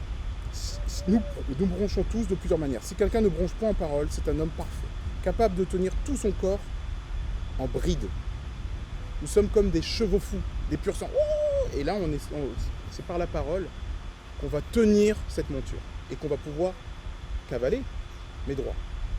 Si nous mettons le mort dans la bouche des chevaux pour qu'ils nous obéissent, nous dirigeons aussi leur corps tout entier. Le cheval est un animal fougueux, puissant, mais avec un simple mort dans sa bouche, un petit bout de métal, on peut le diriger partout, le mettre au trot, au pas, le faire faire des sauts d'obstacles, le faire faire les... Hein. Voici même les navires qui sont si grands et que poussent des vents impétueux sont dirigés par un très petit gouvernail, au gré du pilote. J'ai imaginé le Titanic, le gouvernail, il ne devait pas être beaucoup plus grand que la taille de cette cabane. Le Titanic. D'accord ? De même, la langue est un petit membre et elle se vante de grandes choses. Voici comment un petit feu peut embraser une grande forêt. La langue, c'est la clé. Et on parle de perfection. Et la perfection se trouve en Christ. Donc la clé se trouve avec ce petit organe-là. Ce petit organe-là, je suis tout le temps comme ça, toute la journée en train de le regarder. Parce que je dis, qu'est-ce que tu as dit? Tu ne pouvais pas avoir un autre mot pour exprimer ça? Ça, c'est un gros mot. Et j'en veux pas dans mon corps, qui est un temple en plus. Parce qu'avec ce petit membre-là, je peux diriger tout mon corps, toute ma vie, toute ma famille, peut-être même vous. Voilà, on fait des erreurs, hein, mais c'est là où mon attention se porte, sur ma langue. Donc je continue. La langue aussi est un feu. C'est le monde de l'iniquité. La langue est placée parmi nos membres, souillant tout le corps et enflammant le cours de la vie, étant elle-même enflammée par la géhenne. Mon corps, le monde est enflammé par la géhenne, parce que ce monde, on sait qui le gère, qui essaye de le gérer.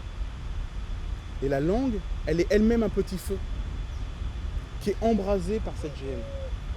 Et ce petit bout de géhenne-là peut enflammer tout notre corps si on n'y prend pas garde. Et c'est comme une allumette. Imaginez cette langue comme une allumette. S'il y a du feu partout, vous ne voulez pas sortir l'allumette de votre bouche. Parce que s'il y a un retour de flamme, c'est à l'intérieur que ça prend feu. D'accord ? Donc toutes les espèces de bêtes et d'oiseaux, de reptiles et d'animaux marins sont domptées et ont été domptées par la nature humaine. Mais la langue, aucun homme ne peut la dompter. C'est un mal qu'on ne peut réprimer. Elle est pleine d'un venin mortel. Et quand on parle de l'homme, on ne parle pas de nous. Nous ne sommes pas des hommes naturels, nous ne sommes pas des Adam. D'accord ? Par elle, nous bénissons le Seigneur, notre Père, et par elle, nous maudissons les hommes faits à l'image de Dieu. Est-ce que vous imaginez ? On proclame des louanges, mais le lendemain, on va se plaindre du pasteur, de Raph. Il a vu son enseignement, mais c'était un peu bizarre quand même. T'es sûr que, voilà, mais moi je suis pas d'accord, peut-être que là, on va aller voir, tout ça, là. Non. Moi, si j'ai quelque chose avec quelqu'un et que je ne comprends pas quelque chose, je ne prends surtout pas un frère ou une sœur. Parce que je risque moi-même de mettre une petite flamme à l'intérieur de lui et la GN va enflammer son cœur. Je ne sais pas quelles sont les conséquences, mais je vais trop parler et cette personne-là va entendre qu'on a parlé d'elle. C'est pas agréable. De la même bouche sortent la bénédiction et la malédiction. Il ne faut pas, mes frères, qu'il en soit ainsi. La source fait-elle jaillir par la même ouverture l'eau douce et l'eau amère ? Un figuier, mes frères, peut-il produire des olives ou une vigne des figues ? De l'eau salée ne peut pas non plus produire de l'eau douce. Lequel d'entre vous est sage et intelligent ? Qu'il montre ses œuvres par une bonne conduite, avec la douceur de la sagesse. Mais si vous avez dans votre cœur un zèle amer et un esprit de dispute, ne vous glorifiez pas et ne mentez pas contre la vérité. Cette sagesse n'est point celle qui vient d'en haut, mais elle est terrestre, charnelle, diabolique. Car là où il y a un zèle amer et un esprit de dispute, il y a du désordre et toutes sortes de mauvaises actions.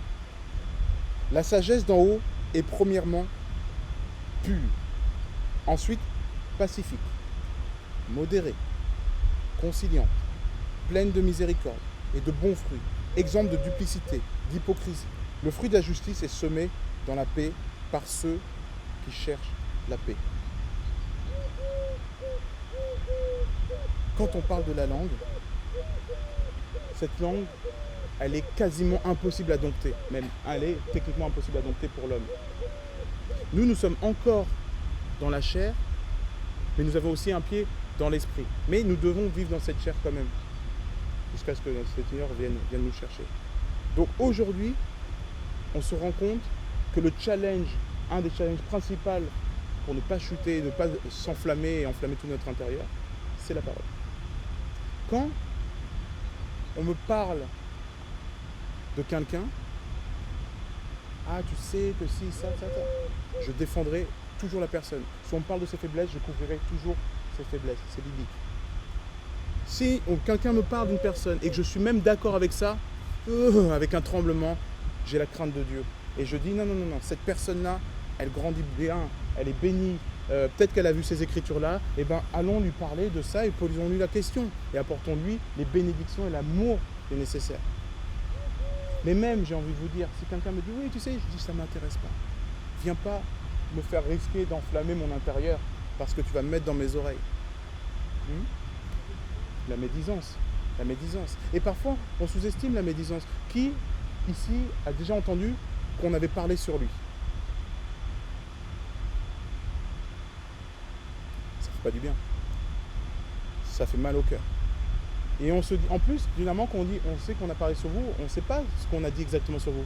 Donc le cœur s'emballe, l'amertume vient. Et quand on a un cœur amer, la langue elle-même s'embrase. Ah oui, bah tu sais quoi, et on peut être très doux, très ci, très ça. En réalité, quand on dit quelque chose, non seulement on s'enflamme nous-mêmes, mais on enflamme aussi le cœur de notre frère.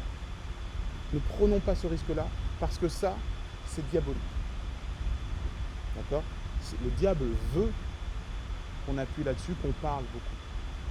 Moi, quand je parle, j'essaye vraiment toujours de me parler surtout de personnes, et encore moins d'un frère. Encore moins d'un frère ou d'une sœur, d'un fils et d'une fille de Dieu. vous ne m'entendrez pas parler d'un fils ou d'une fille de Dieu. Et si vous m'en parlez, je serai toujours, c'est dommage, hein, vous allez dire, ah Raph, tu sais quoi, là, je vais dire, je prends sa défense.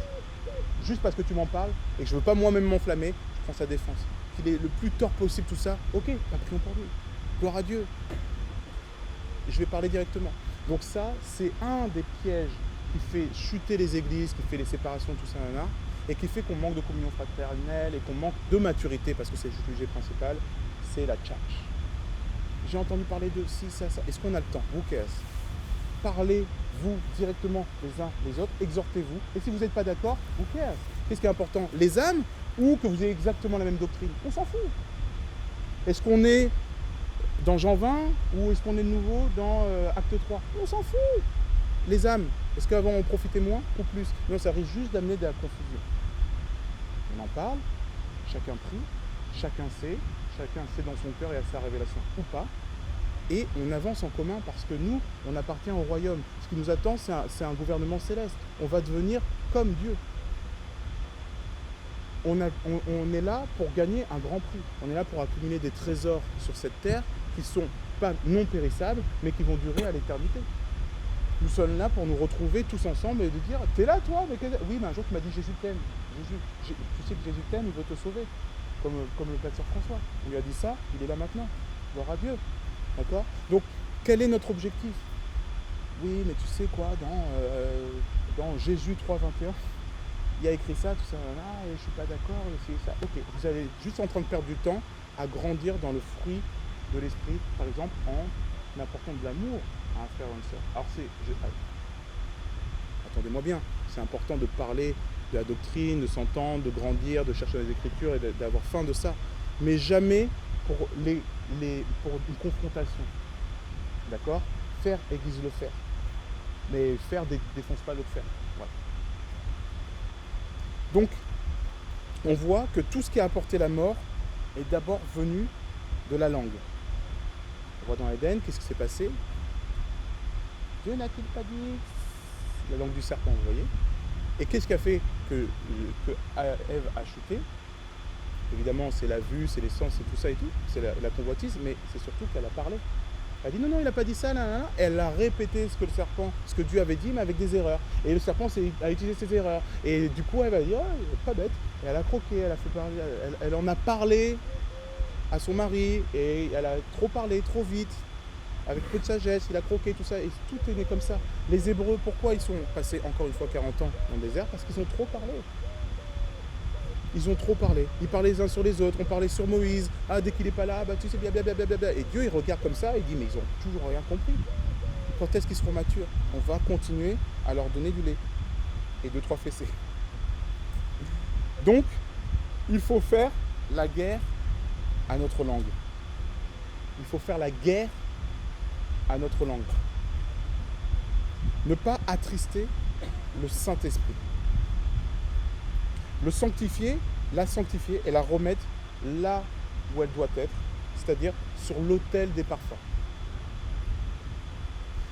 Quand j'entends des amis du monde, on les appelle les poissons, j'entends des poissons poissonner, c'est ok, ils disent des gros mots, ils disent des ci et ça, là.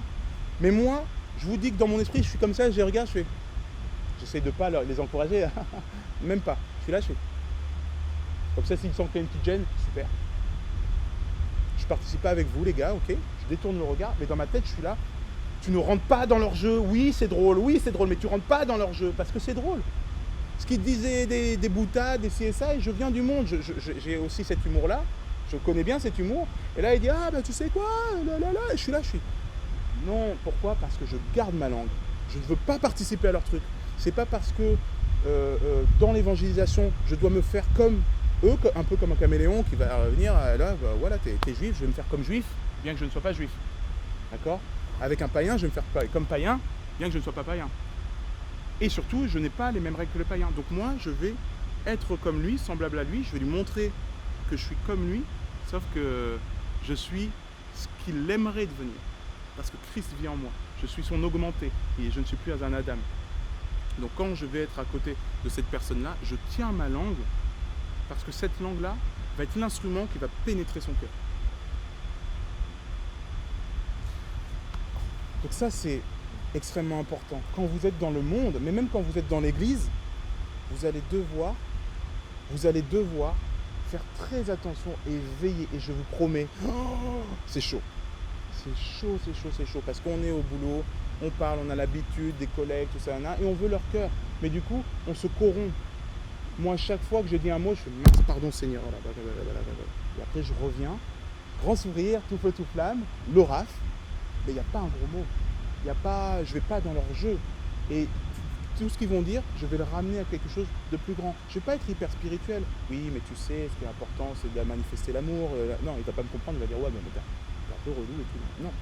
Je vais lui parler avec son langage, mais je vais le purifier. Je vais passer au creuset, c'est-à-dire dans mon esprit, et je vais ressortir une parole purifiée. Et en faisant ça, qu'est-ce que Dieu va faire? Il va mettre plus d'éléments pour pouvoir me permettre de dégager une bonne odeur. Il va me donner plus de bénédictions parce que je serai ancré dans son amour, dans sa sagesse. Il va me voir plus mature, lent à parler, lent à dire les choses. Il va pouvoir m'utiliser. Et dans ce cas-là, quand je vais parler, une parole sera tranchante. Mais moi, mon outil principal pour faire de bons fruits, c'est-à-dire avoir des âmes, c'est ma langue.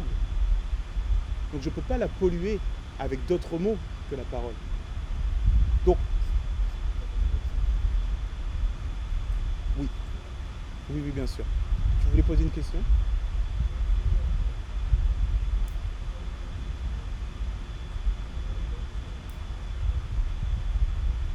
Oui.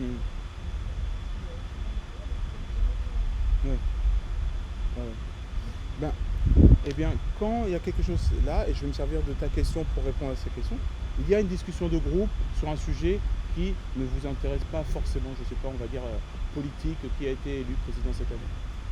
Eh bien, moi, concrètement, j'arrive, on va dire, ah mais celui-là, c'est un pip, il fait pip. Déjà de base, moi, je suis en train de dire, ça fait une semaine que j'ai pas dit une erreur, une bêtise, un truc comme ça.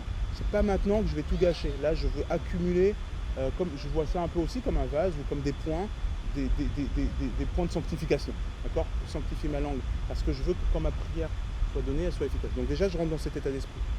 Et quand les personnes parlent, je ne vais rien faire, je ne vais rien dire. Pourquoi? Parce que Christ vit en moi. Le Saint-Esprit est déjà en train de travailler. Là où je vais, Christ va. Donc déjà, rien que ma présence, ça va calmer les gens. Et vous allez remarquer que les gens vont dire moins de gros mots, juste parce que, voilà. Maintenant, si vous n'avez rien à dire, je vous encourage, ne dites rien. Soyez avares de vos mots. Moi, j'aime parler dans les lives, mais dans mes journées, tout ça, j'aime ne pas trop parler. Je dis pas trop ce que je fais, je dis pas trop ce que je vis, j'ai très peu d'amis. Du monde, j'ai très peu d'amis. Pourquoi? Parce qu'ils sont une occasion de chute, et la plupart, et j'ai dû m'en séparer. Parce qu'avec eux, mince, j'ai encore dit un gros mot. J'ai encore rigolé à une blague salade. J'ai enchaîné une boutade sur une autre boutade pour être encore plus fin que lui, et pour qu'il soit plus... Et je me suis embarqué, j'ai glissé. Donc, quand il y a un exemple comme ça de gens qui parlent, tout ça, je ne dis rien. Et si on me demande mon avis, je peux dire, vous savez, moi, ce genre de choses, j'essaye de pas trop m'y intéresser. Vous êtes sincère, vous dites la vérité. Ça peut être un moyen d'évangélisation. Ah bon, mais pourquoi tout ça? Moi, tu sais, c'est moi en ce qui me concerne, ce qui m'inquiète, c'est le royaume de Dieu. Moi, c'est là où je vais après. Moi, ce qui m'intéresse, c'est... Vous pouvez, si c'est des gens qui ne sont pas là-dedans, peut-être que c'est trop. Je vais dire, moi, je n'hésite pas.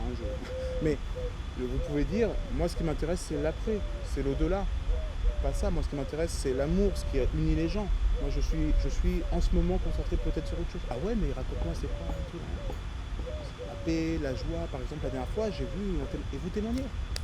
Ça rentre dans les cœurs parce que les gens vont se dire qu'est-ce qu'il a que je n'ai pas. On est 15 à dire la même chose, on est super intéressés, le café, ça prend de la saveur et tout. Et d'un coup, la personne n'est pas avec nous, mais elle nous donne des paroles intrigantes. Et à ce moment-là, il n'y en a place que pour la parole. Et quand je dis la parole, c'est la parole aussi inspirée.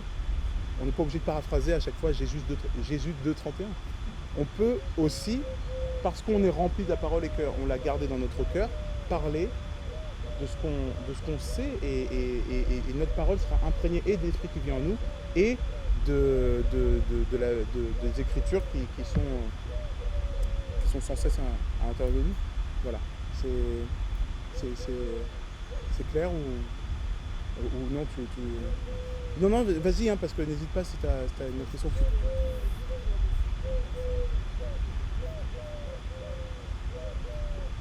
Probablement, tant que tu n'auras pas encore atteint cette maturité pour pouvoir les côtoyer sans t'en imprégner, oui, il y a forte chance pour que ce soit le cas.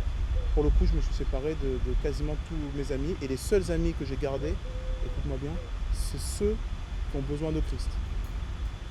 Ils ont tous besoin de Christ, hein, mais c'est ceux qui sont en train de chercher, qui sont en voie de Christ et qui ont besoin de Christ. Donc je vais leur parler pour leur donner des conseils, pour être là pour eux, tout ça. Mais je suis comme un médecin avec eux. Je ne suis pas juste dans on va boire un café et on passe un temps superficiel à mes yeux. Voilà. Je ne fais pas d'activité avec ceux que j'appelais mes amis. Mes seuls amis, c'est ceux qui font la volonté de Christ. Parce que je prends soin de ce temple. Ce temple-là, je ne le mets pas au centre du Bronx à New York, avec des attrape-musique toute la journée à côté. Non. Ce temple-là, je le mets au milieu d'autres temples, dans une ville sainte. D'accord ? Ou alors je le mets avec ma famille, à part, de côté, dans ces choses-là. Mais on progresse en assemblée. Dans ce sens-là, on progresse en assemblée. Ça veut dire que les gens qu'on va côtoyer risquent de nous faire chuter sans cesse. Donc il est plus sage de s'en écarter le temps qu'on soit suffisamment capable de prendre le dessus, de prendre l'autorité naturelle sur ces personnes-là par notre parole qui est en nous. Mais il est important de toujours être entouré de personnes qui justement vont parler le même langage afin, qu'on puisse s'exprimer et ne pas être frustré, en plus qu'on puisse avoir ce lien social, mais surtout faire église de le faire. En faisant ça, tu vas grandir en maturité, tu pourras retourner dans le monde, voir tes anciens amis et je te prophétise que tu auras une bien meilleure relation avec eux bientôt quand tu auras d'abord mangé suffisamment, grandi et que tu reviendras avec eux parce que vous aurez un autre rapport. Ce rapport-là, ce sera un rapport de médecin à malade et tu pourras les sauver. Tu leur seras bien plus utile comme ça qu'en participant potentiellement à des calembours bien centrés. Je peux juste pour moi, concrètement, par exemple, quand ça arrive et je suis avec des amis qui disent des gros mots, on va dire, hein, alors, en fait, moi, dans mon esprit, je reformule. Donc le gros mot, ce que je viens d'entendre, je le reformule avec un mot qui est pas du tout, qui est acceptable dans le vocabulaire chrétien, on va dire. Et après tout, c'est dans une situation un peu compliquée, je prie pour que le Seigneur il apaise les choses et très souvent ça se passe, quoi. Et puis quand ça me dérange, des fois je leur dis, s'il te plaît, là ça m'écorche là, les oreilles. Et après, ils le font de façon automatique. C'est-à-dire, quand ils me voient, mes amis, ils savent que, je le vois, hein, ils savent qu'en fait, ils se reprennent eux-mêmes. Ah, j'ai dit un gros mot, alors qu'habituellement, ils ne faisaient pas. Donc ça peut être aussi une solution pragmatique. Ça, c'est très puissant, parce que d'un coup, on incarne une sagesse, on devient leur grand frère, on devient le prototype pour eux. Et ils se corrigent, et ils s'améliorent à notre contact, et ils vont avoir cette soif non seulement de voir Christ, parce que tout esprit a soif de Christ, hein, on dit que le cœur, c'est comme s'il avait un petit trou en forme de Christ, et que seul Christ peut combler, mais c'est quand on va arriver déjà, ils en ont besoin, ils ne comprennent pas ce qui se passe, mais ils veulent se confier à toi, ils veulent te voir, etc. Je regarde si c'est pas trop chaud. Mais en plus de ça, en les reprenant, même avec humour, avec gentillesse, etc., on va pouvoir les amener à eux-mêmes s'améliorer et à s'approcher plus de Christ parce qu'ils vont manifester du fruit sans le savoir. Donc, je reprends par rapport à cette langue, soyons lents à parler, avares des mots qu'on donne, pour que cette langue ne soit destinée qu'à la louange et apporter de bons parfums aux narines de l'Éternel et à rien d'autre. Gardons le silence quand on parle de nous. Raph, tu sais quoi ? On a encore parlé de toi, tout ça. Je ne veux pas le savoir. Ça ne m'intéresse pas. Mais que ces personnes soient bénies. Et s'il y a quelque chose qui est contre moi et que j'ai fait quelque chose qui n'allait pas, qui était hors sujet, tout ça, s'il te plaît, demande à cette personne de venir me voir pour me dire là, j'ai pas compris quelque chose, il y a un verset qui est ci, ça, et là, on va pouvoir parler ensemble. Et merci Seigneur s'il m'aide à progresser. Mais sinon, je ne veux pas le savoir. Gardons le silence quand nous avons envie de déclarer de mauvaises choses sur nous-mêmes. Ah, mais je ne suis pas assez. Ça n'intéresse personne. Parce que ce que vous proclamez de votre bouche va rentrer dans votre oreille, va rentrer dans votre cœur. Et vous allez vous maudire vous-même. Autant que si vous avez parlé sur quelqu'un d'autre. Ah, je suis pas assez. Ça ne m'intéresse pas, ça ne devrait pas t'intéresser. Qu'est-ce que tu veux devenir? Qu'est-ce que tu es maintenant de mieux? Et ça, je vous le dis, je ne vais pas beaucoup prendre des notes, mais ça, pour moi, ça a été un credo. Je ne parle plus de moi par rapport à des faiblesses. Et si je parle de faiblesses, je parle des faiblesses passées que j'ai corrigées. Ce n'est plus moi qui vis, c'est Christ qui vit en moi. Je n'insulte pas la créature qui fait de moi. Non, je ne suis pas parfait. Oui, ça m'arrive encore de pécher. Merci Seigneur, parce qu'il a vraiment trouvé une créature très faible pour être puissant, pour être fort. Je lui laisse toute sa place. Gloire à Dieu. D'accord? Mais dire je suis ci, je suis ça, je suis ci, je suis ça, parfois on peut penser que c'est de l'humilité. En réalité, parfois, on se maudit nous-mêmes. On change notre cœur. D'accord? Donc, vous pouvez parler du fait que vous êtes avec humour, vos petites imperfections, vos ci et ça et là. Mais j'ai envie de vous dire, à terme, abstenez-vous, ça ne sert pas à grand-chose. Les gens ne vont pas se sentir plus édifiés, plus haut parce que vous-même, vous avez parlé un peu des choses plus basses. Parlez plutôt de qui vous étiez et de qui vous êtes devenu grâce à Christ. Gardons le silence quand un autre a fauté. Quand quelqu'un faute, moi, je vais l'aider. Je vais dire, t'as vu? Il a chuté, il a fauté. Et c'est quelque chose qu'on peut faire encore. Avec Nati, on parle énormément. Et parfois, il y a quelque chose, tu as dit, ah, t'as vu le dernier? Et très vite, on dit, on va prier. On va prier pour qu'elle se relève. On va prier parce que c'est pas facile. Parce que le monde, c'est ci. Et après, tout de suite, on réoriente sur le monde. Et comment c'est facile de chuter à cause de ci, ça, quelles sont les conséquences? Cette personne, comment on peut l'aider?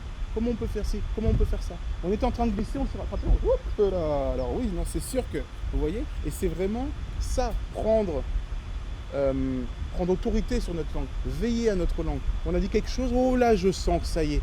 L'esprit me montre, et quand on est sensible et qu'on cherche à s'améliorer, l'esprit nous montre toujours. On a ce témoignage intérieur qui dit, oh Raph, t'es en train de glisser. Quelle est la suite de ta phrase? Je dis merci Seigneur parce qu'il est toujours fidèle pour me corriger. Gardons le silence quand on a envie de se vanter. Ça, on en a parlé tout à l'heure. On a énormément d'occasions de se vanter quand on est en Christ parce qu'on vit dans le surnaturel. Et le monde entier rêve de vivre le surnaturel. Mais ils ne vivent que du naturel magique ou du surnaturel démonique. Nous, on vit du vrai surnaturel. Celui qui met les frissons, celui qui fait pleurer, celui qui transforme les vies, celui qui donne la vie, celui du Saint-Esprit, celui qui est la vérité, le chemin. D'accord? Donc, on a énormément d'occasions de se vanter. Donc, énormément d'occasions de chuter. Ne nous vantons pas. Gardons le silence, ne parlons pas des autres, si ce n'est pour amener un sujet de prière. Apprenons à nous confier à Dieu plutôt qu'aux hommes. Parfois, je suis blessé. Parfois, on a dit des choses sur moi, en face ou dans le dos. Et parfois, je suis là, et je vais en parler à ma femme. Tu sais, on m'a fait ci, on m'a fait ça, qu'est-ce que je fais? Je fais rentrer dans ses oreilles quelque chose qui va aller dans son cœur et qui va fomenter une flamme. Oui, mais on n'est qu'une seule chair. Oui, mais elle est aussi humaine, fille de Dieu, disciple, elle n'a pas besoin d'entendre ça. Alors je préfère, parce que j'ai aussi quelqu'un d'autre à qui me confier et qui me demande de le faire et ça m'apporte des bénédictions de le faire, c'est Dieu. J'ai un problème, j'ai été blessé, tout ça. Seigneur, tu vois, il s'est passé ci, il s'est passé ça, j'ai eu mal comme ci, et quand j'ai ça, mais merci Seigneur, parce que tu m'apprends à avoir plus de patience, à être plus persévérant, à avoir moins de colère, à être plus ci, plus ça, plus ci, plus ça. Et souvent, vous sortez de votre chambre, vous n'avez même plus envie d'en parler à qui que ce soit, vous avez déjà donné à Dieu. Vous avez vidé votre sac, il a pris les choses. Jésus ne se confiait ni aux hommes, ni à ses disciples. Il allait se confier directement à Dieu. Il confiait des choses à ses disciples. Il leur donnait de bonnes graines pour leur édification personnelle. Mais lui-même, il n'en parlait pas. Il y a quelque chose, il s'ouvre, jardin. Jusqu'à suer des grumeaux de sang, mais il n'allait pas se confier à quelqu'un d'autre qu'à Dieu. Psaume 118, 6. L'Éternel est pour moi, je ne crains rien. Que peuvent me faire les hommes? L'Éternel est mon secours, et je me réjouis à la vue de mes ennemis. Mieux vaut chercher un refuge en l'Éternel que de se confier à l'homme. Mieux vaut chercher un refuge en l'Éternel que de se confier à l'homme. Mieux vaut chercher un refuge en l'Éternel que de se confier au grand. C'est clair. Vous avez quelque chose, n'en parlez pas d'abord à votre femme, n'en parlez pas à vos enfants, n'en parlez pas à votre meilleur ami. Confiez-vous à Dieu dans votre chambre secrète. Dites-lui, videz votre sac, criez à l'Éternel. Ça ne veut pas dire engueuler l'Éternel, ça veut dire crier votre douleur. Ah, j'ai mal! Merci Seigneur parce que tu m'enlèves cette douleur, je la dépose à la croix maintenant au nom de Jésus. Expérimentez-le, vous verrez que vous n'aurez plus besoin de parler. Et vous ne serez plus une occasion de chute, ni pour vous, ni pour votre époux, épouse, ami, etc. Arrêtons, ça c'est mon conseil, et je me prêche à moi-même. Arrêtons de parler sur nos leaders, sur nos pasteurs, sur nos époux et sur Dieu. Oui, mais je crois que Dieu ne m'a pas exaucé. Ça, c'est les bébés. Je crois que Dieu ne veut pas que... Ça, c'est les bébés. Qu'est-ce que Dieu veut? La Bible en parle. Citons la Bible plutôt. Ne parlons pas sur nos époux. Ah, mais tu sais, tu vas parler à ton copain. Ah, mon épouse, elle a fait ci, ça. Ou ta copine. Ah, mon époux, il a fait ça. Parlez d'abord à Dieu. Et ensuite, servez-vous de ce que vous avez réussi à comprendre là-dedans pour édifier votre ami, plutôt que de lui mettre une charge en plus. Dans le monde, on a besoin d'amis fidèles pour pouvoir se confier. Mais quand on a Dieu, on a le meilleur des amis. Il suffit de comprendre et de l'expérimenter. Essayez, vous verrez. Et ne parlez pas de vos pasteurs, de vos leaders. Parce que ça craint bibliquement. Ça craint bibliquement. Si votre pasteur, votre leader, les gens dans votre église, église de maison, Amine Yannick, moi, pasteur Gambin, Nathanaël à l'église d'Aix-en-Provence, tout ça, disent quelque chose qui vous dérange, faites en sorte de pouvoir élucider l'affaire déjà tout seul, entre vous, avec la Bible, etc. Et s'il y a quelque chose, allez directement voir ce pasteur. C'est très dangereux de parler sur celui qui a été oint pour diriger ses brebis. On le voit avec l'exemple de Moïse. Il fallait surtout pas parler sur Moïse. Et je dis ça pas pour moi, arrêtez de parler sur moi, parce que je pense pas que vous parliez sur moi du tout. Hein. Et ne parlez jamais des erreurs des autres.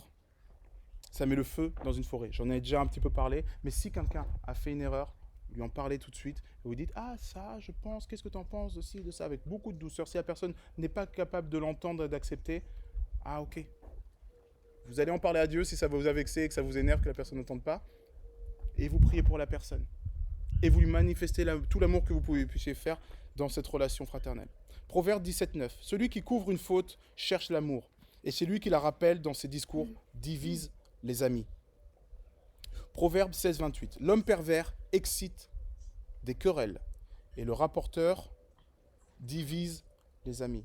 Quand vous rapportez une faute, quelle qu'elle soit, même minime, si je vais voir ma femme et que je dis, tu sais pas quoi, je sais pas moi, Agnès, elle a fait quelque chose. Qu'est-ce qui va se passer? Elle va dire, ah oui, d'accord, ok, là, là. Son cœur a déjà commencé à flamber. Et quand elle va voir Agnès, elle n'aura en aucun cas le même rapport avec cette personne. Vous venez de diviser des amis, même si c'est un petit peu.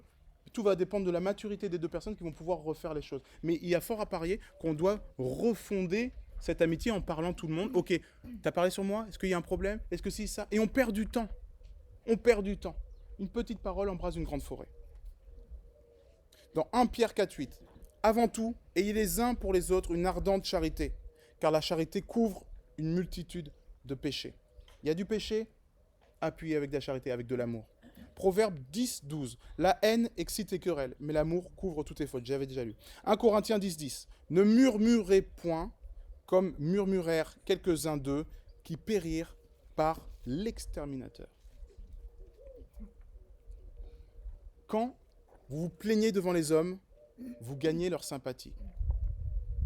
Quand vous vous plaignez auprès de Dieu, vous suscitez sa colère.